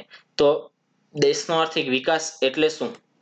આર્થિક વિકાસ એટલે કે પરિમાણાત્મક અને ગુણાત્મક જે પરિવર્તન જોવા મળે છે. આપણે આગળ જોયું કે પરિમાણાત્મક અને ગુણાત્મક. પરિમાણાત્મક એટલે શું? ક્વોન્ટિટી. ક્વોન્ટિટી એટલે શું કે જથ્થો. જથ્થો એટલે કે આ પેલા 10 હતા હવે 12 થયા. તો ઈ જે ફેરફાર જોવા મળેલો એ આપણે આર્થિક વૃદ્ધિ પણ કહે છે. પરંતુ એની સાથે સાથે કે ગુણાત્મક પરિવર્તન કે તમે જે 10 ચીજ વસ્તુઓ છે એની ક્વોલિટી છે એ પેલા આવી હતી પણ હવે જે 12 ચીજ વસ્તુઓ એમાં જે વધારો થયો એની ક્વોલિટી અથવા કે એની જે ગુણ છે એના બહુ સારા ગુણ છે ને એ જે ગુણ છે એ બધા લોકોમાં સરખે ભાગે વહેંચેલા છે. એના લીધે જે આપણો દેશનો વિકાસ અથવા દેશની જે વૃદ્ધિ જોવા મળે છે એને આપણે આર્થિક વિકાસ કહીશું મિત્રો. કે જેમાં કુલ ઉત્પાદનની સાથે સાથે લોકોના જીવન ધોરણની ગુણવત્તામાં પણ સુધાર જોવા મળે. કે લોકોનું જે દેશનું ઉત્પાદન છે દેશનું ઉત્પાદન તો વધેલું જ છે પણ લોકોનું જે જીવન ધોરણ છે એમાં પણ વધારો થયેલો છે. લોકોની સુખાકારીમાં વધારો થયેલો છે. એ કેવી રીતે કે શિક્ષણમાં વધારો થયેલો છે, લોકોની સ્કિલમાં વધારો થયેલો છે, લોકોને ઉદ્યોગો જે સેવાઓ મળતી હોય ઔદ્યોગિક સેવાઓ એમાં વધારો થયેલો છે, હેલ્થ સેવાઓમાં વધારો થયો છે, ઇન્સ્યોરન્સ બેન્કિંગ સેવાઓ છે એ બેન્કિંગ સેવાઓ લોકોના છેલ્લા તબક્કા થતા ગ્રામ્ય વિસ્તાર સુધી વિકસિત થયેલી છે. આ જે પ્રકારના જે ફેરફારો જોવા મળે ને અર્થતંત્રમાં એને આપણે આર્થિક વિકાસ કહેશું. આર્થિક વિકાસમાં કેવું કે આર્થિક વિકાસમાં આર્થિક અને બિન આર્થિક બંને ચરણોમાં પરિવર્તન જોવા મળે. આપણે જોયું કે લોકોને પોષણક્ષમ આહાર પણ મળશે, લોકોને રાષ્ટ્રીય આવક પણ વધશે, લોકોની જીવન જીવવાની રીતમાં પણ બદલાવ આવશે. આ જીવન જીવવાની રીતમાં બદલાવ આવશે એટલે કે બિન આર્થિક ચરણોમાં પણ બદલાવ આવેલો એમ કહેવામાં આવે છે. ત્યારબાદ આર્થિક વિકાસ એ એક એવી પ્રક્રિયા છે કે જેમાં ગરીબી હેઠળ જે લોકો રહેતા હોય એની વસ્તીમાં વધારો ન થાય. આ જો એની આપણી ઇકોનોમીની એક વ્યાખ્યા છે. તમે આ વ્યાખ્યા આર્થિક વિકાસમાં લખી શકો છો કે આર્થિક વિકાસ એ એક એવી પ્રક્રિયા છે કે જેના અંતર્ગત ગરીબી રેખા હેઠળની જે વસ્તી હોય એ વસ્તીમાં વધારો ન થાય અને આવકની જે વહેંચણી છે આવકની વહેંચણી એ વધુ અસમાનતા ન રહે. કે આવકની જે અસમાનતા છે એ વધુ ન રહે અને એ બધી શરતોના આધીન રહી અને તેમ છતાંય દેશની જે વાસ્તવિક આવક છે એ લાંબા ગાળા સમય સુધી વધતી હોય તો તેને આપણે આર્થિક વિકાસ કહીશું. કે ગરીબી રેખા હેઠળના લોકો છે અથવા ગરીબી હેઠળના લોકોમાં વસ્તીમાં વધારો ન થાય. કે જે નવી વસ્તી આવે છે એ નવી વસ્તી છે એ આ ગરીબી હેઠળ ન જાય અને જે આવકની અસમાનતા છે એ આવકની અસમાનતામાં ઘટાડો જોવા મળે અને તેમ છતાંય દેશનો જે માથાદીઠ આવક છે અથવા દેશની જે વાસ્તવિક આવક છે એમાં લાંબા ગાળા સુધી એમાં વધારો જોવા મળે છે. એટલે આપણે એમ કહીશું કે આ દેશનો આર્થિક વિકાસ થઈ રહ્યો છે. ત્યારબાદ આર્થિક વૃદ્ધિની સાથે લોકોના જીવન સ્તરમાં પણ સુધારો જોવા મળે. કે લોકોનું જીવન સ્તર છે એ સુધરે. પહેલા લોકો છે એ એક રૂમ રાખીને રહેતા હતા હવે એ જ લોકો છે એ બે બેડરૂમ હોલ કિચન એવી રીતે બહુ સારી રીતે જીવન ગાળી શકે છે. પહેલા છે એ જીવન જીવવા માટે એ લોકોને જમીન અથવા જે ખોરાક છે એ ખોરાક બે ટાઈમનો નહોતો, એક જ ટાઈમ જમતા હતા. હવે બે ટાઈમનો ખોરાક પ્લસ રહેવા માટેનું સ્થળ પણ મળેલું છે. આ જે ફેરફાર જોવા મળ્યો છે એ આર્થિક વિકાસ ગણવામાં આવે છે. લોકોને પહેલા શિક્ષણની સારી સુવિધા નહોતી મળતી હવે એ લોકો શિક્ષણમાં પહેલા કેવું હતું ઉદાહરણ આપું કે પહેલા જે એક આખો એક પરિવારનું ઉદાહરણ આપું. એક પરિવાર હોય એ પરિવાર રહેતો હોય એ ગામડામાં રહેતો હતો ભાડે રહેતો હતો. હવે આર્થિક વિકાસ થશે તો એ જે પરિવાર છે એ પરિવારને ઘરનું મકાન મળશે. એ પરિવારના જે છોકરાઓ હતા પહેલા એ મજૂરી જતા હતા કારણ કે એ લોકો પાસે એના માતા પિતા પાસે એટલા પૈસા નહોતા એટલા માટે. હવે એ લોકો પાસે એટલા પૈસા આવી ગયા આવકની સમાનતા થઈ ગઈ એટલે કે પૈસા એ લોકો પાસે આવી ગયા તો હવે એ જે બાળકો છે એ મજૂરી જતા હતા હવે એ સારી શિક્ષણમાં જશે, સારી એજ્યુકેશન લેવા માટે સારી રીતે જશે. એટલે કે જે વિદ્યાર્થી અથવા જે બાળકો છે એ બાળકો હવે એજ્યુકેશન અથવા શિક્ષણ મેળવ્યું હોવાથી એ લોકો સ્કિલ્ડ વર્કર એટલે કે કૌશલ્યનો વિકાસ થશે. કૌશલ્યનો વિકાસ થશે એટલે એ લોકોને સારી એક જોબ અથવા સારી એક કામ કરવાના ઉદ્યોગમાં કામ મળશે. હવે ઉદ્યોગમાં કામ મળ્યું એટલે હવે એની આવક વધશે. એ જે આવક વધેલી રહી એને આપણે આર્થિક વિકાસ કહેશું. એમાં જો આવક પણ વધેલી અને એ લોકોનું જીવન ધોરણ પણ સુધર્યું આ જે ફેરફાર જોવા મળે છે એને આપણે આર્થિક વિકાસ કહીશું. મિત્રો સાવ સરળ ભાષામાં છે. આપણે જીપીએસસી પેપરમાં આના જે પ્રશ્નો છે એ આવે છે કે આર્થિક વૃદ્ધિ છે એ નીચેનામાંથી કોને અસર કરે છે, આર્થિક વિકાસ છે નીચેના માપદંડોમાંથી કયો માપદંડ છે એ આર્થિક વિકાસનો છે. એ ખાસ આપણે આ બધા આર્થિક વિકાસ અને આર્થિક વૃદ્ધિના માપદંડો પણ આપણે અહીંયા ભણશું. હવે આર્થિક વિકાસમાં છે આર્થિક વૃદ્ધિનો સમાવેશ થાય છે. આ ખાસ યાદ રાખજો કે આપણે કેવી રીતે થાય સાહેબ સમજાવો. કે આર્થિક વૃદ્ધિ છે ને આર્થિક વૃદ્ધિ એ માત્ર ને માત્ર રાષ્ટ્રીય આવક, માથાદીઠ આવક અને એમાં જે વધારો થયો એ આપણને બતાવે છે. અત્યાર સુધી આપણે એ જ કીધું. ઉત્પાદનમાં જે વધારો થયો છે એ શું બતાવે છે? આર્થિક વૃદ્ધિ બતાવે છે. પણ ઈ જે ઉત્પાદનમાં વધારો થયેલો છે એ ઉત્પાદનમાં વધારો દેશના નાગરિકો અથવા દેશના લોકોને એનો ફાયદો થયો છે કે નહીં, ઈ જે ફેરફાર બતાવે છે અથવા ઈ જે રિઝલ્ટ, ઈ પરિણામ જે બતાવે છે એ આપણને કોણ બતાવે છે? એ આર્થિક વિકાસ બતાવે છે. એટલે કે આર્થિક વૃદ્ધિ અને આર્થિક વિકાસમાં મેઇન આ ડિફરન્સ જોવા મળે છે. હવે આર્થિક વૃદ્ધિમાં જ આર્થિક વિકાસ સમાયેલો છે કે જ્યારે ઉત્પાદનમાં વધારો થાય છે એ ઉત્પાદનમાં વધારો થયા બાદ જ લોકોમાં વિતરણ થયેલું તો તેને આપણે આર્થિક વિકાસ કહીશું. એટલા માટે આર્થિક વિકાસમાં જ આર્થિક વૃદ્ધિ સમાઈ જાય છે. આપણે કીધું તો આર્થિક વૃદ્ધિ છે એ ખ્યાલ છે એ સીમિત છે, જ્યારે આર્થિક વિકાસ છે એ ખ્યાલ વિસ્તૃત છે. એમાં જુદા જુદા માપદંડોના આધારે આપણે આર્થિક વિકાસ જોઈએ છીએ તથા લોકોની રિયલ કે જેને લોકોનો જે વૃદ્ધિ થઈ, લોકોનો જે વિકાસ થયો એ જે માપવું હોય તો આપણે આર્થિક વિકાસ દ્વારા આપણે માપી શકીએ છીએ. ત્યારબાદ વિકાસ એ વૃદ્ધિ પ્લસ પરિવર્તન કે વૃદ્ધિ થયેલી પણ વૃદ્ધિનું જે પરિવર્તન અથવા વૃદ્ધિમાં જે વિતરણ જોવા મળેલું છે, વૃદ્ધિમાં જે પરિવર્તન જોવા મળેલું છે એને આપણે આર્થિક વિકાસ કહીશું. આ બધું તમે છે એ આપણે સેન્ટેન્સ વાઇઝ પણ MCQ માં આવી શકે છે. તમે આજ બેઠે બેઠું તમે મેઇન્સના પ્રશ્નમાં પણ લખી શકો છો. એટલે આપણે પ્રી પ્લસ મેઇન્સ એપ્રોચથી આપણે ભણાવીએ છીએ, તમને અહીંયા સાબિત કરીએ છીએ. ત્યારબાદ આપણે એનો તફાવત જોઈ લઈએ. શોર્ટ ટ્રીક આખો તમારે આર્થિક વૃદ્ધિ અને આર્થિક વિકાસ જે આપણે આખો અત્યારે લગીમાં ભણ્યો એનું રિવિઝન ઝડપથી થઈ જશે તમારે. આ કે આર્થિક વૃદ્ધિ શું છે? કે આર્થિક વૃદ્ધિ એક ઘટના છે કે પહેલા આટલો હતો, આ પહેલા 7% હતું, હવે 7.2% થયું, એક ઘટના થઈ. જ્યારે આર્થિક વિકાસ છે ને એક આખી એક લાંબી પ્રક્રિયા છે. શું કામ?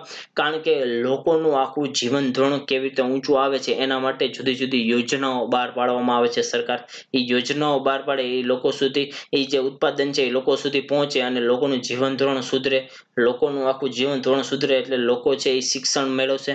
લોકો શિક્ષણ મેળવશે એટલે લોકોને સારું કૌશલ્ય મળશે. સારું કૌશલ્ય મળ્યું એટલે ઉદ્યોગોમાં એને જોબ લાગેલી એટલે એ લોકોની આવકમાં વધારો થયો. આવકમાં વધારો થયો એ લોકો હવે જે આવક છે એ એનો ઇન્સ્યોરન્સ ઉતરાવશે, બેંકમાં પૈસા જમા કરશે, સારી હેલ્થની સુવિધાઓ મળશે. આવી રીતે આખી એક પ્રક્રિયા છે, એક આખી લાંબી પ્રોસેસ છે આર્થિક વિકાસ. જ્યારે આર્થિક વૃદ્ધિ એક માત્ર ઘટના છે કારણ કે એને એક જ પરિમાણ છે કે ઉત્પાદન અથવા રાષ્ટ્રીય આવક એની સાથે સંબંધ છે એટલા માટે. ત્યારબાદ બીજો મુદ્દો છે કે આર્થિક વૃદ્ધિમાં પરિમાણાત્મક પરિવર્તનો જોવા મળે છે. આપણે કીધું પરિમાણાત્મક એટલે શું? કે જથ્થો એટલે સંખ્યા અથવા જથ્થામાં જે ફેરફાર જોવા મળે છે એને આર્થિક વૃદ્ધિ કહે છે. જ્યારે આર્થિક વિકાસ એટલે શું? કે જે જથ્થો અથવા જે સંખ્યા છે એ સંખ્યા એ ક્વોલિટી વાળી એટલે સારી સંખ્યા હોવી જોઈએ અને જે સારી જે સંખ્યા છે એ એનું જે વિતરણ છે એ સમાન વિતરણ હોવું જોઈએ. એટલે કે આવકની છે એ સમાનતા ઓછી હોવી જોઈએ. એ જે ફેરફાર જોવા મળે છે અર્થવ્યવસ્થામાં એને આપણે આર્થિક વિકાસ કહીશું. ત્યારબાદ આર્થિક વૃદ્ધિમાં અર્થતંત્રમાં ઉપલબ્ધ જે સાધનો છે એ ઉપલબ્ધ સાધનોની પુનઃ ફાળવણી ઉપર વધારે ભાર મૂકવામાં આવે છે. એટલે કે ફરીને ફરી ઉત્પાદનના સાધનો એકને એક ઉપયોગ કરવામાં આવે છે. જ્યારે આર્થિક વિકાસમાં કેવું હોય કે જે ઉત્પાદનના જે સાધનો છે જેનો ઉપયોગ થયો નથી અથવા જે અત્યાર સુધી વપરાયેલા નથી એ જે ઉત્પાદનના સાધનોનો ઉપયોગ કેવી રીતે કરવો એનો જે પ્રશ્ન છે એ આર્થિક વિકાસમાં ઉભો થાય છે. ત્યારબાદ આર્થિક વૃદ્ધિમાં શું છે? આર્થિક વૃદ્ધિ છે એ વિકસિત દેશો સાથે સંકળાયેલ છે. એ કેવી રીતે મિત્રો? કે અમેરિકાએ ઓલરેડી આર્થિક વિકાસ છે એ કરી લીધો છે. એક પીક એનો આવી ગયો છે કે એના લોકો છે એ બધા સુખાકારી સમાન વિતરણ એ બધું થઈ ગયેલું છે. પણ આર્થિક વૃદ્ધિ એટલી એને કે આટલા ટકા એની વૃદ્ધિ થયેલી છે એ વૃદ્ધિથી એને કેવી રીતે વધારવી, એની રાષ્ટ્રીય આવક કેવી રીતે વધારવી એના ઉપર એ વધારે ખ્યાલ આપે છે. એટલે કે જે વિકસિત દેશો સાથે એનો સંકળાયેલો છે. જ્યારે આર્થિક વિકાસ છે એ વિકાસશીલ દેશો છે. ભારતમાં છે એ વિકાસશીલ દેશ છે. ભારતમાં આપણે જો આવકની અસમાનતા વધારે જોવા મળે છે. આવકની અસમાનતા વધારે જોવા મળે છે કે ધનિક વર્ગ છે એ વધારે ધનિક જોવા મળે, જે ગરીબ વર્ગ છે એ વધારે ગરીબ જોવા મળે છે. તો એ જે ખ્યાલ અથવા આ જે આર્થિક વિકાસની પ્રક્રિયા ચાલુ છે ભારતમાં એ વિકાસશીલ દેશોમાં આર્થિક વિકાસની પ્રક્રિયા જોવા મળે છે. ત્યારબાદ આર્થિક વૃદ્ધિને માપવાનું કાર્ય સરળ છે કારણ કે માપદંડ એક જ છે કે ઉત્પાદન ગયા વર્ષે કેટલું હતું, આ વર્ષે કેટલું થયું છે. એટલે ઈઝી છે કે એ માપવા માટે માપવું એ સરળ છે, જ્યારે આર્થિક વિકાસ છે એ માપવો એક અઘરું અથવા અતિ મુશ્કેલ કાર્ય છે. શું કામ? કારણ કે હાલ ગરીબી હતી તો પહેલા તમારી આવક આટલી હતી ત્યારે તમે આટલું સુખાકારી મેળવી, અથવા તમે એજ્યુકેશન પહેલા નહોતા મેળવતા, હવે તમે આટલું શિક્ષણ મેળવ્યું. પણ આ બધું જે આખા લોકોનું આવું ગણવું તો એ મુશ્કેલ છે, અતિ મુશ્કેલ છે. એમ કે ચોક્કસ માપદંડ લાવો આર્થિક વિકાસનો કે આટલો આર્થિક વિકાસ થયો એમ ચોક્કસ માપદંડ આપણે મેળવી શકતા નથી.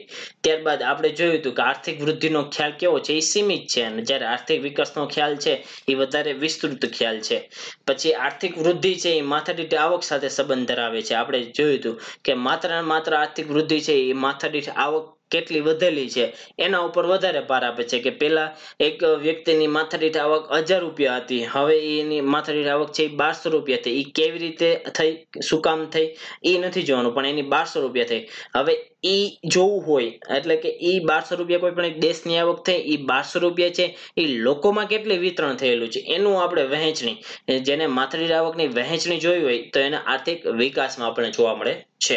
ત્યારબાદ આર્થિક વૃદ્ધિ છે એ ઝડપી હોય છે, જ્યારે આર્થિક વિકાસ છે એ પ્રક્રિયા કેવી હોય છે તો એ ધીમી પ્રક્રિયા. એ રાતોરાત કોઈનું જીવન છે એ બદલાઈ ન જાય. એને રાતોરાત છે એ લોકો એજ્યુકેશન ન મેળવી લે, રાતોરાત છે એ એક દેશ અથવા એક રાષ્ટ્રમાં છે એ એકદમ કૌશલ્ય ન આવી જાય લોકોમાં, રાતોરાત હોસ્પિટલો બધી ન બને, રાતોરાત છે એ સારી એજ્યુકેશન અથવા સારી જે હેલ્થ સેવાઓ છે એ રાતોરાત ન થાય. એ એક આખી એક પ્રક્રિયા, એ ધીમી એક આખી સ્ટ્રક્ચર્ડ વેમાં એને આખું બનાવવું પડે, એક એને આખી યોજના લાગુ કરવી પડે, ત્યારે એ દેશનો આર્થિક વિકાસ 10 અથવા 15 વર્ષે થાય. આપણે એમ કહી શકીએ આપણું હજી 5 વર્ષ પછી જો આ ભારત છે એ આર્થિક વિકાસ થઈ ગયો હશે અને આર્થિક વૃદ્ધિમાં આપણે આવી ગયા હશું. ત્યારબાદ આર્થિક વિકાસ વિના આર્થિક વૃદ્ધિ શક્ય નથી. ખાસ યાદ રાખજો કે આર્થિક વિકાસ પહેલા થાય ત્યારબાદ વૃદ્ધિ થાય, કે લોકોનું જીવન ધોરણ, લોકો આગળ આવે, લોકો આગળ રાષ્ટ્રીય આવકમાં વધારો થાય, એ સતત રાષ્ટ્રીય આવકમાં વધારો થયો અને એ રાષ્ટ્રીય આવક છે એ લોકોમાં સરખી રીતે વહેંચણી થઈ તો ત્યારબાદ જ આર્થિક વિકાસ થયો કહેવાય. ને આર્થિક વિકાસ વિના આર્થિક વૃદ્ધિ શક્ય નથી, કે આર્થિક વિકાસ થાય તો જ આર્થિક વૃદ્ધિ થાય. હવે આર્થિક વૃદ્ધિ ન થાય પણ આર્થિક વિકાસ શક્ય નથી. હવે આર્થિક વિકાસ આ જો આખું કોમ્પ્લેક્સ છે, અને સાવ સરળ તમને કહી દઉં કે આર્થિક વિકાસ વિના આર્થિક વૃદ્ધિ શક્ય છે એમ હતું. સોરી, મારી ત્યાં મિસ્ટેક થઈ ગઈ હતી કે આર્થિક વિકાસ વિના આર્થિક વૃદ્ધિ છે એ શક્ય છે. આર્થિક વિકાસ થઈ શકે છે પણ આર્થિક વૃદ્ધિ છે એ એના વગર શક્ય છે. કારણ કે આપણે જોયું છે કે આપણો આર્થિક વિકાસ થયો નથી પણ આપણે આર્થિક વૃદ્ધિ કરીએ છીએ. કેવી રીતે? કે ઉત્પાદનમાં આપણે વધારો કરીએ છીએ, લોકોની આવક વધે, લોકોની આવકનું સમાન વિતરણ થાય કે ન થાય, પણ આપણું જે ઉત્પાદન છે, જીડીપી છે, એ વધારો જોવા મળે છે. જ્યારે આર્થિક વૃદ્ધિ વિના આર્થિક શક્ય નથી. આર્થિક વૃદ્ધિ વિના, આર્થિક વૃદ્ધિ એટલે શું? કે ઉત્પાદનમાં વધારો થાય, તો ઉત્પાદનમાં વધારો થાય તો જ આવક થાય, આવક થાય તો જ વિકાસ થાય. કારણ કે આવક થઈ તો લોકોને સમાન વિતરણ થાય તો જ એનો વિકાસ થાય. પરંતુ હવે આર્થિક વૃદ્ધિ ન થાય અથવા આવક જ, ઉત્પાદન જ ન વધે તો આર્થિક વિકાસ થાય નહીં. એટલે કે આર્થિક વૃદ્ધિ વિના આર્થિક વિકાસ છે એ શક્ય નથી.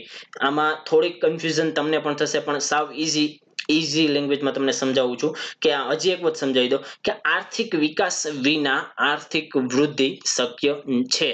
શક્ય છે, ધ્યાન રાખજો, શક્ય છે. કે આપણે કેવી રીતે ઉદાહરણ આપું કે કોઈ પણ એક દેશ છે એ દેશની જે ઉત્પાદન કરવાની ક્ષમતા છે, ઉત્પાદન કરવાની ક્ષમતા વધી, ઉત્પાદન કરવાની ક્ષમતા વધી તો એ આર્થિક વૃદ્ધિ થઈ. ભલે ઉત્પાદન છે એ 100 થયું, એ 100 છે એ 2 અથવા 3 જણા દ્વારા થયું અને અન્ય લોકોને એનો ફાયદો ન થયો, પરંતુ આર્થિક વૃદ્ધિ તો થઈ, ઉત્પાદનમાં વધારો તો થયો. એટલે આ વાક્ય આપણે અહીંયા બેસાડી શકીએ કે આર્થિક વિકાસ ન થાય પરંતુ આર્થિક વૃદ્ધિ શક્ય છે આર્થિક વિકાસ વગર. જ્યારે આર્થિક વૃદ્ધિ છે એ ઉત્પાદન જ ન થાય તો આવક થવાની નથી, તો એક જે 2 જણા લોકો છે એને પણ આવક નથી થવાની, એટલે આર્થિક વિકાસ થવાનો નથી. હવે આર્થિક વિકાસ આમ કહીએ ને તો આર્થિક વિકાસ એટલે મૂળ રીતે માનવનો વિકાસ થવો જોઈએ. આપણે અત્યાર સુધી તમે આ આર્થિક વિકાસનું આપણે એક સેન્ટેન્સમાં અથવા આમ તારણ કાઢવું હોય તો મૂળ રીતે કહીએ તો માનવ વિકાસ થવો જોઈએ. તમને મેન્સમાં પ્રશ્ન પણ આવી શકે કે આર્થિક, આપણે એમ પ્રશ્ન આવી શકે મેન્સમાં કે આર્થિક વિકાસ એ માનવ વિકાસ છે તેમ સમજાવો, તમારા શબ્દોમાં સમજાવો. તો આપણે લખવું હોય તો આપણે આવી રીતે 4 અથવા 5 મેં વિભાગ પાડેલા છે. આપણે એમ લખી શકીએ કે આર્થિક બાબતો, બિન આર્થિક બાબતો, સામાજિક બાબતો, રાજનૈતિક બાબતો અને સાંસ્કૃતિક બાબતો. આ જે પાંચેય બાબતોમાં જે માનવનો જે વિકાસ થયેલો છે આર્થિક વિકાસના લીધે, એ આપણે પ્રશ્નમાં લખી શકીએ. આર્થિક વૃદ્ધિ એટલે કે આપણે કીધું હતું કે લોકોની આવકમાં વધારો થયો હોય, લોકોની આવક વધેલી હોય, સતત આવક વધે અને એ આવકનું સમાન વિતરણ જોવા મળે એટલે કે આર્થિક વિકાસ, એટલે આર્થિક માનવ વિકાસ થાય. બિન આર્થિક એટલે શું? કે લોકોનું જીવન ધોરણ વધ્યું, લોકો શિક્ષણ મેળવતા થયા, લોકોનું જીવન ધોરણ વધ્યું, લોકો રોકાણમાં પૈસા નાખશે. પણ આપણે બિન આર્થિક જોવાનું છે કે બિન આર્થિક જીવન ધોરણ વધશે, જીવન ધોરણ ઊંચું આવ્યું એટલે કે લોકોની સુખાકારીમાં વધારો થશે. પહેલા જે લોકો પાસે રહેવા ઘર નહોતું, હવે રહેવા ઘર મળી ગયું છે. હવે લોકોનું સારું પોષણક્ષમ આહાર મેળવી શકશે. પહેલા જે ખોરાક નહોતો મળતો એ હવે ખોરાક મેળવી શકશે. સામાજિક શું? તો સામાજિકમાં એવું આવશે કે જે લોકો સમાજમાં તરછોડાયેલા હતા અથવા સમાજમાં જેની ગણતરી નહોતી થતી, પણ સમાન વિતરણના લીધે, સમાન આવક વિતરણના લીધે હવે એ લોકોનો પણ સમાજમાં એક સમાવેશ અથવા સમાજમાં એક એનું સ્થાન મળેલું છે અથવા સામાજિક એ લોકોને દરજ્જો મળેલો છે એટલે સામાજિક ફેરફાર આવશે. રાજનૈતિક, હવે જે લોકો રાત અને દિવસ પોતાનું પેટ ભરવામાં જ સમય બગાડતા હતા અથવા સમય એનો ઇન્વેસ્ટ કરતા હતા, હવે એ લોકો પાસે આવકનું સમાન વિતરણ હોવાથી એની પાસે એક રાજનૈતિક ખ્યાલ અથવા રાજનૈતિક પોતાના નેતાને ચૂઝ કરવાની અથવા પસંદ કરવાના વિચારો પણ હવે એના વિશે વિચારી પણ શકશે અથવા રાજનૈતિક નેતાને ચૂઝ પણ કરી શકશે. તો આવી રીતે આર્થિક વિકાસમાં જોવા મળે છે. સાંસ્કૃતિક એટલે કે લોકોની સંસ્કૃતિમાં ફેરફાર હશે. આવક વધશે એટલે એ લોકોની જીવન ધોરણ, જીવન જીવવાની રીતમાં પણ ફેરફાર આવશે. હવે લોકો જે જીવન જરૂરિયાતની ચીજ વસ્તુઓ ખરીદતા હતા, હવે આવક વધવાથી હવે એ મોજ શોખની ચીજ વસ્તુઓ તરફ વધારે થશે. એટલે આવી રીતે આખો સાંસ્કૃતિક ચેન્જ આવશે. હજી આ નામથી આપણે ડીપમાં તમે લખી શકો છો, તમે કોમેન્ટ પણ કરી શકો છો. આના વિશે તમે એક એક પોઈન્ટ ઉપર તમારા મંતવ્યો, તમારા જે વિચારો છે એ રજૂ કરી અને તમે કોમેન્ટ કરી શકો છો મિત્રો. ત્યારબાદ આર્થિક વિકાસનું માપન, કે આપણે આર્થિક વિકાસનું માપન કરવું હોય તો આપણે કેવી રીતે કરી શકીએ છીએ? આર્થિક વિકાસને આપણે માપન કરવું હોય તો આર્થિક વિકાસ કેટલો છે કેવી રીતે આપણે માપન કરી શકીએ? તો પાયાની જરૂરિયાતો, અમુક જે જીવન જરૂરિયાતની ચીજ વસ્તુઓ છે કે એકદમ એના વગર હાલતું નથી, તો એ ચીજ વસ્તુઓનો આમાં સમાવેશ થાય છે. ત્યારબાદ જીવનની ભૌતિક ગુણવત્તાનો સૂચકાંક, જેને PQLI કહેવામાં આવે છે, તેનો પણ આમાં સમાવેશ થાય છે. એના દ્વારા પણ આપણે આર્થિક વિકાસનું માપન કરી શકીએ છીએ. ત્યારબાદ સમખરીદ શક્તિ, જેને પરચેઝિંગ પાવર પેરિટી એટલે કે PP અને P કહેવામાં આવે છે, એ જે માપન છે એ આર્થિક વિકાસના માપનમાં ઉપયોગી છે. ત્યારબાદ માનવ વિકાસ સૂચકાંક, જેને હ્યુમન ડેવલપમેન્ટ ઇન્ડેક્સ કહેવામાં આવે છે, એ કોના દ્વારા બહાર પાડવામાં આવે છે? આ બધા જ છે કે પાછું આ રીતે કે જીવન ભૌતિક ગુણવત્તાનો સૂચકાંક કોના દ્વારા બહાર પાડવામાં આવે છે, એને આર્થિક વિકાસ સાથે કેવી રીતે સંબંધ છે, પાયાની જરૂરિયાત છે એનો આર્થિક વિકાસ સાથે શું સંબંધ છે, આપણે આગળ ડિટેલમાં ભણીશું. પછી સમખરીદ શક્તિ, તો સમખરીદ શક્તિ આર્થિક વિકાસ સાથે કેવી રીતે સંબંધ છે અથવા દેશમાં સમખરીદ શક્તિ શું છે એ આપણે ચર્ચા કરીશું. અત્યારે આપણે માપન જોવાના છે કે માનવ વિકાસ સૂચકાંક એ છે એ આર્થિક વિકાસ સાથે કેવી રીતે માપન કરે છે. અને ત્યારબાદ છે લૈંગિક વિકાસ સૂચકાંક. આ જુદા જુદા પ્રકારના માપદંડોના આધારે આપણે કોઈ પણ એક દેશ છે એ દેશનો આપણે આર્થિક વિકાસનું માપન કરી શકીએ છીએ. આ જે બધા માપનો છે મિત્રો એ આપણે આગળ લેક્ચરમાં જોશું. આના પછીના લેક્ચરમાં આપણે ડિટેલમાં આની ચર્ચા કરીશું. હાલ હવે આપણે ઇકોનોમિક કરંટ અફેર ઉપર આવી જઈએ. ઇકોનોમિક કરંટ અફેરમાં આપણે કીધું હતું આજે આપણે શું છે તો 15 બિલિયનની લોન જે ADB એટલે કે એશિયન ડેવલપમેન્ટ બેંક દ્વારા ભારતને ઇમરજન્સી ફંડ, ક્યાં ઇમરજન્સી ફંડ સ્વરૂપે તો COVID-19 ની મહામારી સામે લડવા માટે એક લોન સ્વરૂપે આપણને એક ફંડ આપેલું છે. કોને આપેલું છે તો એશિયન ડેવલપમેન્ટ બેંકે આપેલું છે. કે એશિયન ડેવલપમેન્ટ બેંકે શું આપેલું છે તો 15 બિલિયનની લોન સ્વરૂપે ઇમરજન્સી ફંડ આપેલું છે COVID-19 ની મહામારી સામે લડવા માટે. આ લોનનો ઉપયોગ શેમાં આપણે કરીશું તો આ લોનનો ઉપયોગ છે એ સામાજિક અને આર્થિક ક્ષેત્રનો ઉપયોગ કરવા માટે આપણે કરશું. આ લોન છે ADB ના કયા પ્રોગ્રામ અંતર્ગત મળેલી છે? આ પ્રશ્ન આવી શકે, એવો પણ પ્રશ્ન આવી શકે અથવા તમને સેન્ટેન્સ મૂકી દે GPSC માં કે નીચેનામાંથી આવો પ્રશ્ન બની શકે કે નીચેના વાક્ય તપાસો. પહેલું વાક્ય કે એશિયન ડેવલપમેન્ટ બેંક દ્વારા ભારતને ઇમરજન્સી ફંડ આપેલું છે COVID-19 ની મહામારી સામે લડવા. બીજું વાક્ય કે એશિયન ડેવલપમેન્ટ બેંક એટલે એશિયન ડેવલપમેન્ટ બેંક COVID-19 ની સામે લડવા માટે એશિયન ડેવલપમેન્ટ બેંકનો એક પ્રોગ્રામ છે, જે પ્રોગ્રામનું નામ છે active response and expenditure support, જેને કેર્સ પ્રોગ્રામ પણ કહેવામાં આવે છે. તો પેલું સાચું, બીજું સાચું, ત્રીજું પેલા અને બંને સાચા, અને ડી કે બંને ખોટા. તો આપણો આમાં આન્સર આવશે કે બંને સાચા. કે એડીબી દ્વારા આપણને 15 બિલિયનની લોન આપવામાં આવેલ છે. ઉપરાંત કે એડીબી નો એક પ્રોગ્રામ ચાલે છે કેર્સ પ્રોગ્રામ. તમને એમ પણ પૂછે કે કેર્સ પ્રોગ્રામ ક્યાં વૈશ્વિક સંસ્થાનો ચાલે છે, તો એડીબી એશિયન ડેવલપમેન્ટ બેંક નો ચાલે છે. તો કેર્સ નું ફૂલ ફોર્મ શું છે એ પણ યાદ રાખજો કે COVID-19 active response and expenditure support. ખાસ આ પ્રોગ્રામનું નામ યાદ રાખજો. આનું ફૂલ ફોર્મ પણ તમારે એક્ઝામમાં આવી શકે છે કે COVID-19 active response and expenditure support, જેને શોર્ટમાં કેર્સ પ્રોગ્રામ પણ કહેવામાં આવે છે. તો ભારતને આજ સુધીની આ સૌથી મોટી બેંકની લોન એડીબી દ્વારા આપવામાં આવેલી છે. એડીબી બેંક દ્વારા સૌથી મોટી લોન અત્યાર સુધીની આપવામાં આવેલી છે. ત્યારબાદ નિયંત્રણ યોજના લાગુ કરવા ટેસ્ટ એન્ડ ટ્રેક ટ્રીટમેન્ટ સિસ્ટમમાં ઝડપથી વધારો થાય એ માટે પણ આ નાણાં આપણને આપવામાં આવેલા છે. કે COVID-19 નો જે ફેલાવો છે એ COVID-19 નો ફેલાવો ઉપર નિયંત્રણ મેળવવા માટે તથા વધારેમાં વધારે ટેસ્ટ થાય. COVID-19 નો એક જ અત્યારે ઉપાય છે કે લોકડાઉન અને બીજું વધારેમાં વધારે ટેસ્ટ. જેમ વધારેમાં વધારે ટેસ્ટ થશે એમ દર્દીઓ જેટલા સંક્રમિત હશે એ સંક્રમિતને ઝડપથી જો આપણે એ લોકોને રિકવરી લેવા માંડી તો જે ફેલાવો છે એ ફેલાવો આપણે અટકાવી શકીએ છીએ. તેનો ઉપયોગ આગામી 3 મહિનામાં, આ જે 3 મહિના છે અત્યારે બહુ જ ભયંકર, આમ કહેવાય કે ગરીબ પરિસ્થિતિ અથવા ગરીબ જે લોકો એને ખરાબ પરિસ્થિતિ અંતર્ગત પસાર થવું પડે છે, તથા જે લોકો રોજે રોજનું કામ કરતા હોય રોજે રોજનું કામ કરતા લોકોને અત્યારે આવક બંધ હોવાથી તે લોકોની કપરી પરિસ્થિતિ થઈ ગઈ છે. એટલા માટે સરકાર દ્વારા સ્ટિમ્યુલસ એટલે રાહત પેકેજો બહાર પાડવામાં આવેલા છે. આ રાહત પેકેજો માટે પૈસા જે છે એ અત્યારે એડીબી આપણને લોન સ્વરૂપે આપેલા છે કે કેટલા 3 મહિના માટે લોકોની સામાજિક સુરક્ષા આપવા માટે આ આપણે પૈસાનો ઉપયોગ આપણે અહીંયા કરીશું. ત્યારબાદ પ્રધાનમંત્રી ગરીબ કલ્યાણ યોજના આના અમલીકરણ માટે ભારત માળખા અને ક્ષમતાને મજબૂત કરવા માટે એડીબી ની તકનીકી સહાય છે કે પ્રધાનમંત્રી જે ગરીબ કલ્યાણ યોજનાનું ભારત સરકાર દ્વારા આયોજન કરવામાં આવે છે. આ જે આયોજન કરવા માટે એક તકનીકી અને મજબૂતી માળખું જે જોતું હોય નાણાકીય રીતે સહાય કરવી હોય તો એડીબી દ્વારા કરવામાં આવશે. તો હવે આપણે એડીબી શું છે સાહેબ, તમે એડીબી ક્યારનું બોલો છો, તો હવે એડીબી શું છે? તો એડીબી એ એશિયન ડેવલપમેન્ટ બેંક, જે એક પ્રાદેશિક વિકાસ બેંક છે કે જે એક રિપોર્ટ બહાર પાડે છે. મોસ્ટ આઈએમપી પ્રશ્ન અથવા રિપોર્ટનો પ્રશ્ન આપણે જ્યારે શરૂઆત પહેલો જ લેક્ચર હતો એમાં એનાલિસિસ જીપીએસસી પેપરનું કર્યું હતું, એમાં કીધું હતું મેં કે જીપીએસસી માં છે ખાસ એક પ્રશ્ન રિપોર્ટનો આવે છે. ક્લાસ 3 એસટીઆઈ થી લઈ અને ક્લાસ 1-2 સુધીની કોઈ પણ તમે પરીક્ષા જોશો એમાં પ્રિલિમના પેપરમાં એક રિપોર્ટનો પ્રશ્ન હશે. એટલે આપણે એક રિપોર્ટ ખાસ બધા જે પણ મારા લેક્ચરમાં આવતા હોય એ રિપોર્ટ હું જ્યારે કરાવતો હોય એ રિપોર્ટ તમારી બુક અથવા નોટ્સમાં નોંધી લેવો કે Asian development bank Outlook, Asian development Outlook નામનો એક રિપોર્ટ કોણ બહાર પાડે છે? તો એશિયન ડેવલપમેન્ટ બેંક દ્વારા એશિયન ડેવલપમેન્ટ આઉટલુક નામનો રિપોર્ટ બહાર પાડવામાં આવે છે. આ એક પ્રાદેશિક રિજનલ ડેવલપમેન્ટ બેંક છે, એટલે કે પ્રાદેશિક વિકાસ બેંક છે. આની જે સ્થાપના છે એ 19 ડિસેમ્બર 1966 ના રોજ કરવામાં આવેલી હતી. અત્યારે જે સભ્ય છે એ 68 દેશો એના સભ્ય દેશો છે.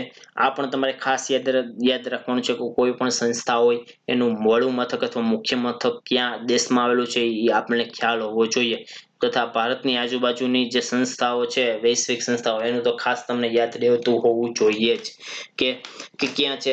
તો મનીલા, ફિલિપાઇન્સનું જે મનીલા શહેર છે એમાં આનું જે વડું મથક છે. ત્યારબાદ એશિયામાં સામાજિક અને આર્થિક વિકાસને પ્રોત્સાહન આપવા માટે આ સ્થાપિત એક ડેવલપમેન્ટ બેંક છે કે એશિયામાં સામાજિક અને આર્થિક વિકાસ થાય એના માટે એશિયન ડેવલપમેન્ટ બેંક છે એ જુદા જુદા દેશોને ભંડોળ પૂરું પાડતી હોય છે. ત્યારબાદ ઉદ્દેશ્ય શું છે એશિયન ડેવલપમેન્ટ બેંકનો? તો એશિયન ડેવલપમેન્ટ બેંકનો ઉદ્દેશ્ય એશિયા અને પેસિફિક વિસ્તારો છે એ એશિયા અને પેસિફિક વિસ્તારોમાં સમૃદ્ધ, સમાવિષ્ટ, સ્થિતિસ્થાપક અને ટકાઉ વિકાસ કે શું કીધું છે કે આ જે એશિયા અને પેસિફિક વિસ્તારો છે ત્યાં લોકોનો વિકાસ થાય, સમાવેશી વિકાસ એટલે કે જે અન્ય તબક્કાના જે છેલ્લા તબક્કાના લોકો છે એ છેલ્લા તબક્કાના લોકો સુધી એનો વિકાસનો જે લાભ છે એ પહોંચે, જેને સમાવેશી વિકાસ કહે છે. આપણો જે સિલેબસનો ટોપિક પણ છે કે ટકાઉ વિકાસ અને સમાવેશી વિકાસ. ટકાઉ વિકાસ એટલે શું? તો ટકાઉ વિકાસ એટલે કે જે પર્યાવરણને નુકસાન પહોંચાડ્યા વગર જે વિકાસ સાધવામાં આવે છે એને ટકાઉ વિકાસ કહેવામાં આવે છે, જેને સસ્ટેનેબલ ડેવલપમેન્ટ કહેવામાં આવે છે. ત્યારબાદ આપણે એક જોયું કે સમાવેશી વિકાસ. સમાવેશી વિકાસ એટલે કે બધાનો સમાવેશ કરવો, બધાને સમાવેશ કરવો અથવા જે વિકાસનો છે એ લાભ છે એ બધાને પહોંચે એટલે કે સમાવેશી વિકાસ થાય. અને જે અત્યંત ગરીબી છે એ એડીબી દ્વારા એક એનો ગોલ છે કે અત્યંત ગરીબી જે આ જે વિસ્તારો છે એશિયા અને પેસિફિકના વિસ્તારોમાંથી અત્યંત ગરીબી નાબૂદ કરવાનો છે. ત્યારબાદ એ લોન આપે છે કેવી કે હાર્ડ લોન અને સોફ્ટ લોન. હાર્ડ લોન અને સોફ્ટ લોન પહેલા શું છે આપણે થોડુંક બેઝિક બે જ લીટીમાં તમને કહી દઉં કે હાર્ડ લોન છે ને એ એડીબી દ્વારા જે દેશમાં હાર્ડ લોન આપવામાં આવે ને એ દેશના જે રિયલ એસ્ટેટ ઉદ્યોગો હોય ને એમાં એ ડાયરેક્ટ નાણાંનું રોકાણ કરે છે. એ જે નાણાંનું રોકાણ કરેલું છે એને હાર્ડ લોન કહેવામાં આવે છે. સોફ્ટ લોન એટલે શું? તો સોફ્ટ લોન એટલે કે બજાર ભાવ કરતા પણ ઓછા વ્યાજ દર ઉપર સસ્તી લોન આપવામાં આવે અને સોફ્ટ લોન કહેવામાં આવે છે. આ બેઝિક છે.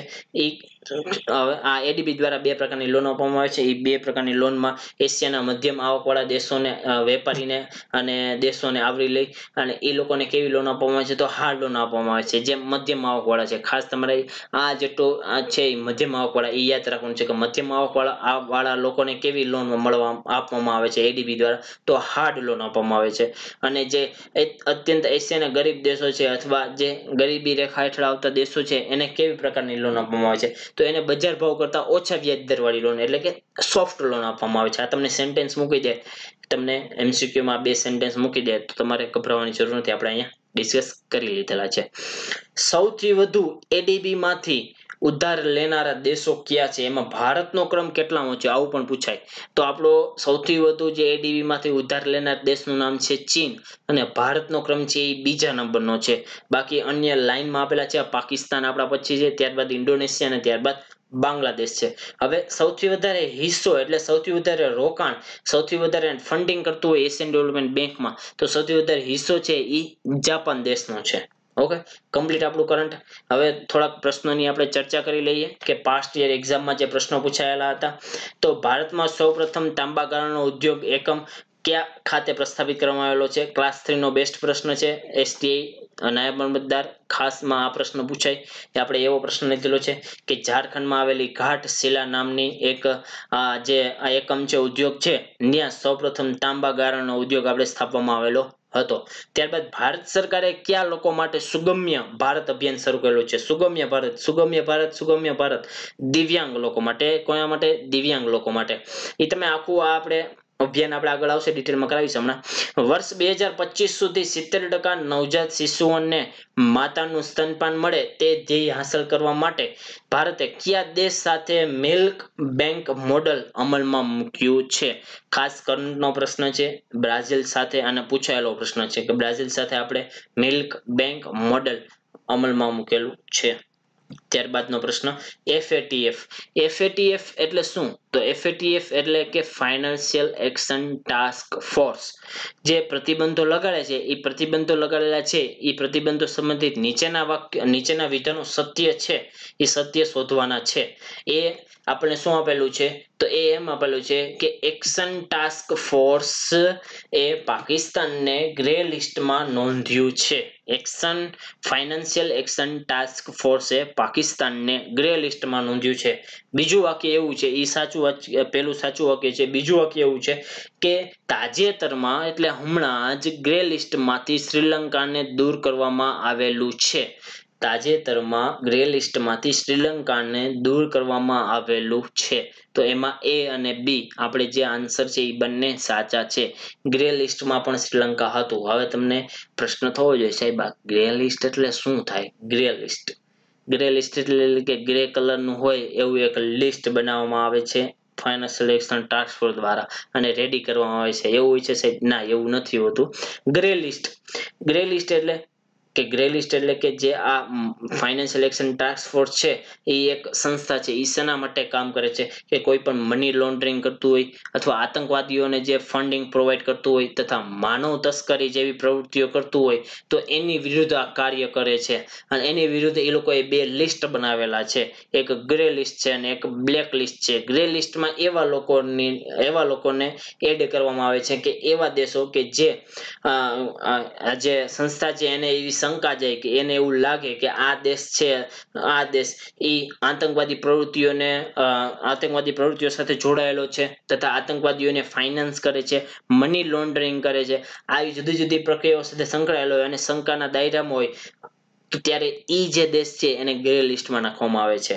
હવે ગ્રે લિસ્ટમાં છે ને એની ઉપર અમુક પ્રકારના પ્રતિબંધો લાગે છે, જેમ કે અત્યારે એને લોન લેવી હોય IMF પાસેથી તો લોન મળતી નથી, આવી રીતે જુદા જુદા પ્રકારના પ્રતિબંધો લાગે છે. આવી રીતે ગ્રે લિસ્ટમાં ઉમેરવામાં આવે છે. ગ્રે લિસ્ટમાં આવા લોકો હોય છે. જ્યારે બ્લેક લિસ્ટમાં કોણ હોય છે કે બ્લેક લિસ્ટમાં એવા લોકો હોય છે કે જ્યારે આ જે સંસ્થા દ્વારા એ લોકો પાસે કોઈ પણ ડેટા માંગવામાં આવે, મની લોન્ડરિંગ રિલેટેડ, કોઈ પણ ટેરર ફંડિંગ રિલેટેડ આંકડાઓ માંગવામાં આવે, ત્યાં પ્રોસિજર અથવા ત્યાં પ્રક્રિયા કરવા માટે લોકો જાય તો તેને પ્રક્રિયા અથવા તેને આ કાર્યવિધિમાં સહકાર ન આપતી હોય તો તેવા દેશોને આપણે બ્લેક લિસ્ટમાં મૂકશું. હાલ નોર્થ કોરિયા એક છે બ્લેક લિસ્ટમાં.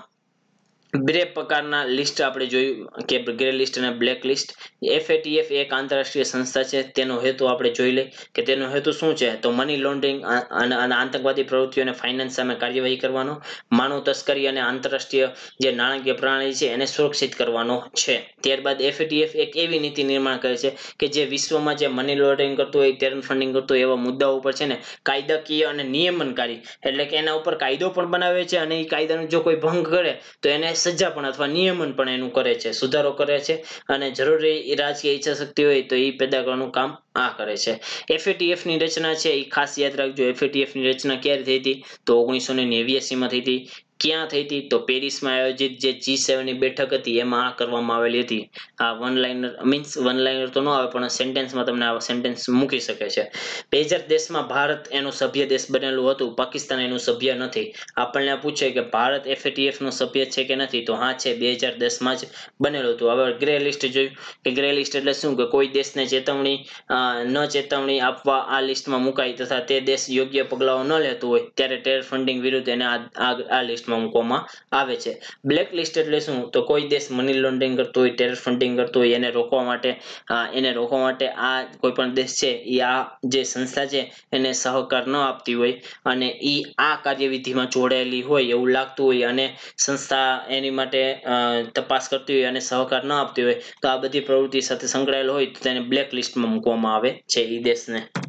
ત્યારબાદ આપણે કરંટમાં હતું આગળ સુગમ્ય ભારત. સુગમ્ય ભારત છે એ કરંટમાં એટલા માટે હતું કે જે ડિસેમ્બરમાં છે એ મોદી સરકાર દ્વારા અથવા મોદી સાહેબ દ્વારા માર્ચ 2020 સુધી આને છે એ લંબાવવામાં આવેલું છે.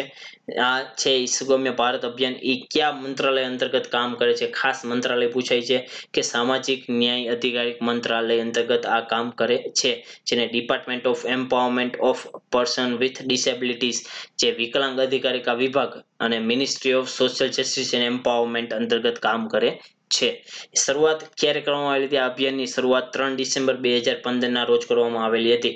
આ જે અભિયાન છે અથવા આ જે અભિયાનનો ઉદ્દેશ્ય છે એ શું હતો તો દેશભરમાં જે અપંગ લોકો છે અપંગ લોકોને અવરોધરૂપ જે સમાજમાં વાતાવરણ થઈ રહ્યું છે એ સમાજમાં અનુકૂળ અને એ લોકોને મુક્ત વાતાવરણ થઈ શકે એ રીતે એ લોકોને એક માળખું ઊભું કરવાનું કે જેથી જે અપંગ છે એને અપંગ લાગે નહીં કે આમ અપંગ છે કે એ લોકો આપણા સમાજમાં સરળતાથી ભળી જાય એવું માળખું એવું વાતાવરણ આપણે ઊભું કરશું કે જેથી એ લોકોને એક અલગ ફીલ ન થાય એવું એક વાતાવરણ ઊભું કરવાનો મુખ્ય હેતુ હતો આ અભિયાનનો હેતુ એક સમાવેશી સમાજ કે એ લોકોને એક આપણા સમાજમાં એક અલગ સમાજ ન લાગે, એ લોકો અપંગ ન લાગે એવી રીતે બનાવવાનો હતો કે જેમાં અપંગ વ્યક્તિઓની પ્રગતિ અને વિકાસ માટે સમાન તકો એ લોકોને ઉપલબ્ધ થાય. તો આ કેવી રીતે કરશું એમ જો તમે ચિત્ર બાજુમાં જોશો સરકારે બહાર પાડ્યો છે ઇન્ડિયા એક્સેસિબલ કેમ્પેઇન કે જુદી જુદી કોઈ પણ બિલ્ડિંગ હોય તો બિલ્ડિંગમાં આપણે પગથિયા સામાન્ય લોકો માટે પગથિયા હોય છે પણ જે આવા લોકો હોય કે જે અપંગ લોકો હોય જેને આપણે ડિસેબલ કહેશું અથવા આપણે દિવ્યાંગ લોકો જેને કહીએ છીએ એક વર્ડ આપેલો છે કે દિવ્યાંગ લોકોને ચડવા માટે આપણે સરળતાથી એ લોકો ચડી શકે એ લોકો માટે આપણે આપણું જાહેર કોઈ પણ ઇમારતો હોય, સરકારી ઇમારતો હોય, એરપોર્ટ હોય, રેલવે સ્ટેશનો હોય, બસ સુવિધાઓ હોય તો આવી ટોયલેટ એ લોકો માટે સ્પેશિયલ જઈ શકે એવું ટોયલેટ આપણે નિર્માણ કરશું, આવી રીતે ઇન્ફ્રાસ્ટ્રક્ચરની એવી સુવિધા કરશું કે જેનાથી અપંગ અથવા દિવ્યાંગ લોકોને છે એ મુશ્કેલી ન સહન કરવી પડે છે, કે એ સરળતાથી આપણે જેમ સામાન્ય માણસ કોઈ પણ એક જગ્યાએથી બીજી જગ્યાએ હરીફરી શકે છે, જેમ એક જગ્યાએથી બીજી જગ્યાએ રહી શકે છે, એવી રીતે સરળતાથી એ પણ લોકો રહી શકે તેના માટેનું એક આ અભિયાન મોદી સરકાર દ્વારા લોન્ચ કરેલું હતું, સુગમ્ય ભારત અભિયાન, કે જેની સમયસીમા વધારેલી છે માર્ચ 2020, યાદ રાખવાનું છે મિત્રો. ઓકે મિત્રો, આપણે લાસ્ટ પ્રશ્ન આજનો કે ભારતના અર્થતંત્ર બાબતે નીચેના જોડકા જોડો, કે આ જોડકા છે એ જુદી જુદી ક્રાંતિ આપણને આપેલી છે અને બીજી બાજુ એની જે ક્રાંતિ છે એ કયા એકમમાં અથવા કયા ક્ષેત્રમાં થયેલી છે. તો પીળી ક્રાંતિ છે આપ સૌને ખ્યાલ જ હશે, પીળી ક્રાંતિ શેમાં થયેલી છે? તો પીળી ક્રાંતિ તેલીબિયામાં થયેલી છે. ત્યારબાદ શ્વેત ક્રાંતિ દૂધમાં થયેલી છે, રાઉન્ડ ક્રાંતિ છે એ ઈંડામાં થયેલી છે, અને રજત ક્રાંતિ જેને કહેવામાં આવે છે એ બટાકામાં થયેલી છે. આ પ્રશ્ન પૂછાઈ ગયેલો છે, એટલે આને ઉપરથી તમને ખ્યાલ આવવો જોઈએ કે જેટલી આપણા અર્થતંત્રમાં જેટલી પણ ક્રાંતિઓ થયેલી છે આપણે એ લખી લેશું. અમુક જે ક્રાંતિનો પ્રશ્ન છે એ 2 વખત પૂછાણો હતો. રાઉન્ડ એક પોટેટો ટોમેટો ટોપ, જેના ફૂલ ફોર્મ છે એ ટોપ વાળો પ્રશ્ન 2 વખત પૂછાણો હતો. ટોમેટો, ઓનિયન અને પોટેટો વાળો એ શું છે? એટલે આપણે ક્રાંતિઓ છે ખાસ તમને અહીંયા એ દેખાડવાનું છે કે ક્રાંતિઓ છે એ પૂછાતી હોય છે. આપણે ક્રાંતિઓ પણ આપણા લેક્ચરમાં આવી જશે, ડિટેલમાં આપણે કરાવશું. ઓકે મિત્રો, થેન્ક યુ, આભાર. સબસ્ક્રાઇબ કરી લેજો આ ચેનલને. YTSB કોડ યુઝ કરવાનું ભૂલતા નહીં મિત્રો, અને કંઈ પણ સજેશન હોય તો કોમેન્ટ કરજો, અને એક લેક્ચરમાં કંઈ ન સમજાતું હોય તો પણ કમેન્ટમાં કહેજો, હું લાઈવ કોમેન્ટમાં રહીશ. ઉપરાંત થોડીક અગવડતાને લીધે તમે મારે લાઈવ લેક્ચર આવતા નથી, પરંતુ હું એવી આશા રાખું છું મિત્રો કે તમે મારા લેક્ચર છે એ વધારેમાં વધારે શેર કરજો. આપણી ચેનલને ખાસ સબસ્ક્રાઇબ કરવાનું ભૂલતા નહીં. આપણે તમારા મિત્રોને સરળતાથી જુદા જુદા સબ્જેક્ટો અહીંયા ઈઝી લેંગ્વેજમાં અને ડેપ્થ નોલેજ તમને અહીંયા આપવામાં આવે છે કે જેથી તમે તમારા ગોલને અચીવ કરી શકો. પ્લસ જુદા જુદા એજ્યુકેટરનો અનએકેડમી એપ્લિકેશનમાં પણ કોર્સ પ્લસ ચાલુ છે, એટલે મારો કોડ છે એ યુઝ કરવાનું ભૂલતા નહીં તમારે પ્લસ કોર્સ સબસ્ક્રિપ્શન કરાવવો હોય YTSB. ઓકે મિત્રો, આભાર, થેન્ક યુ.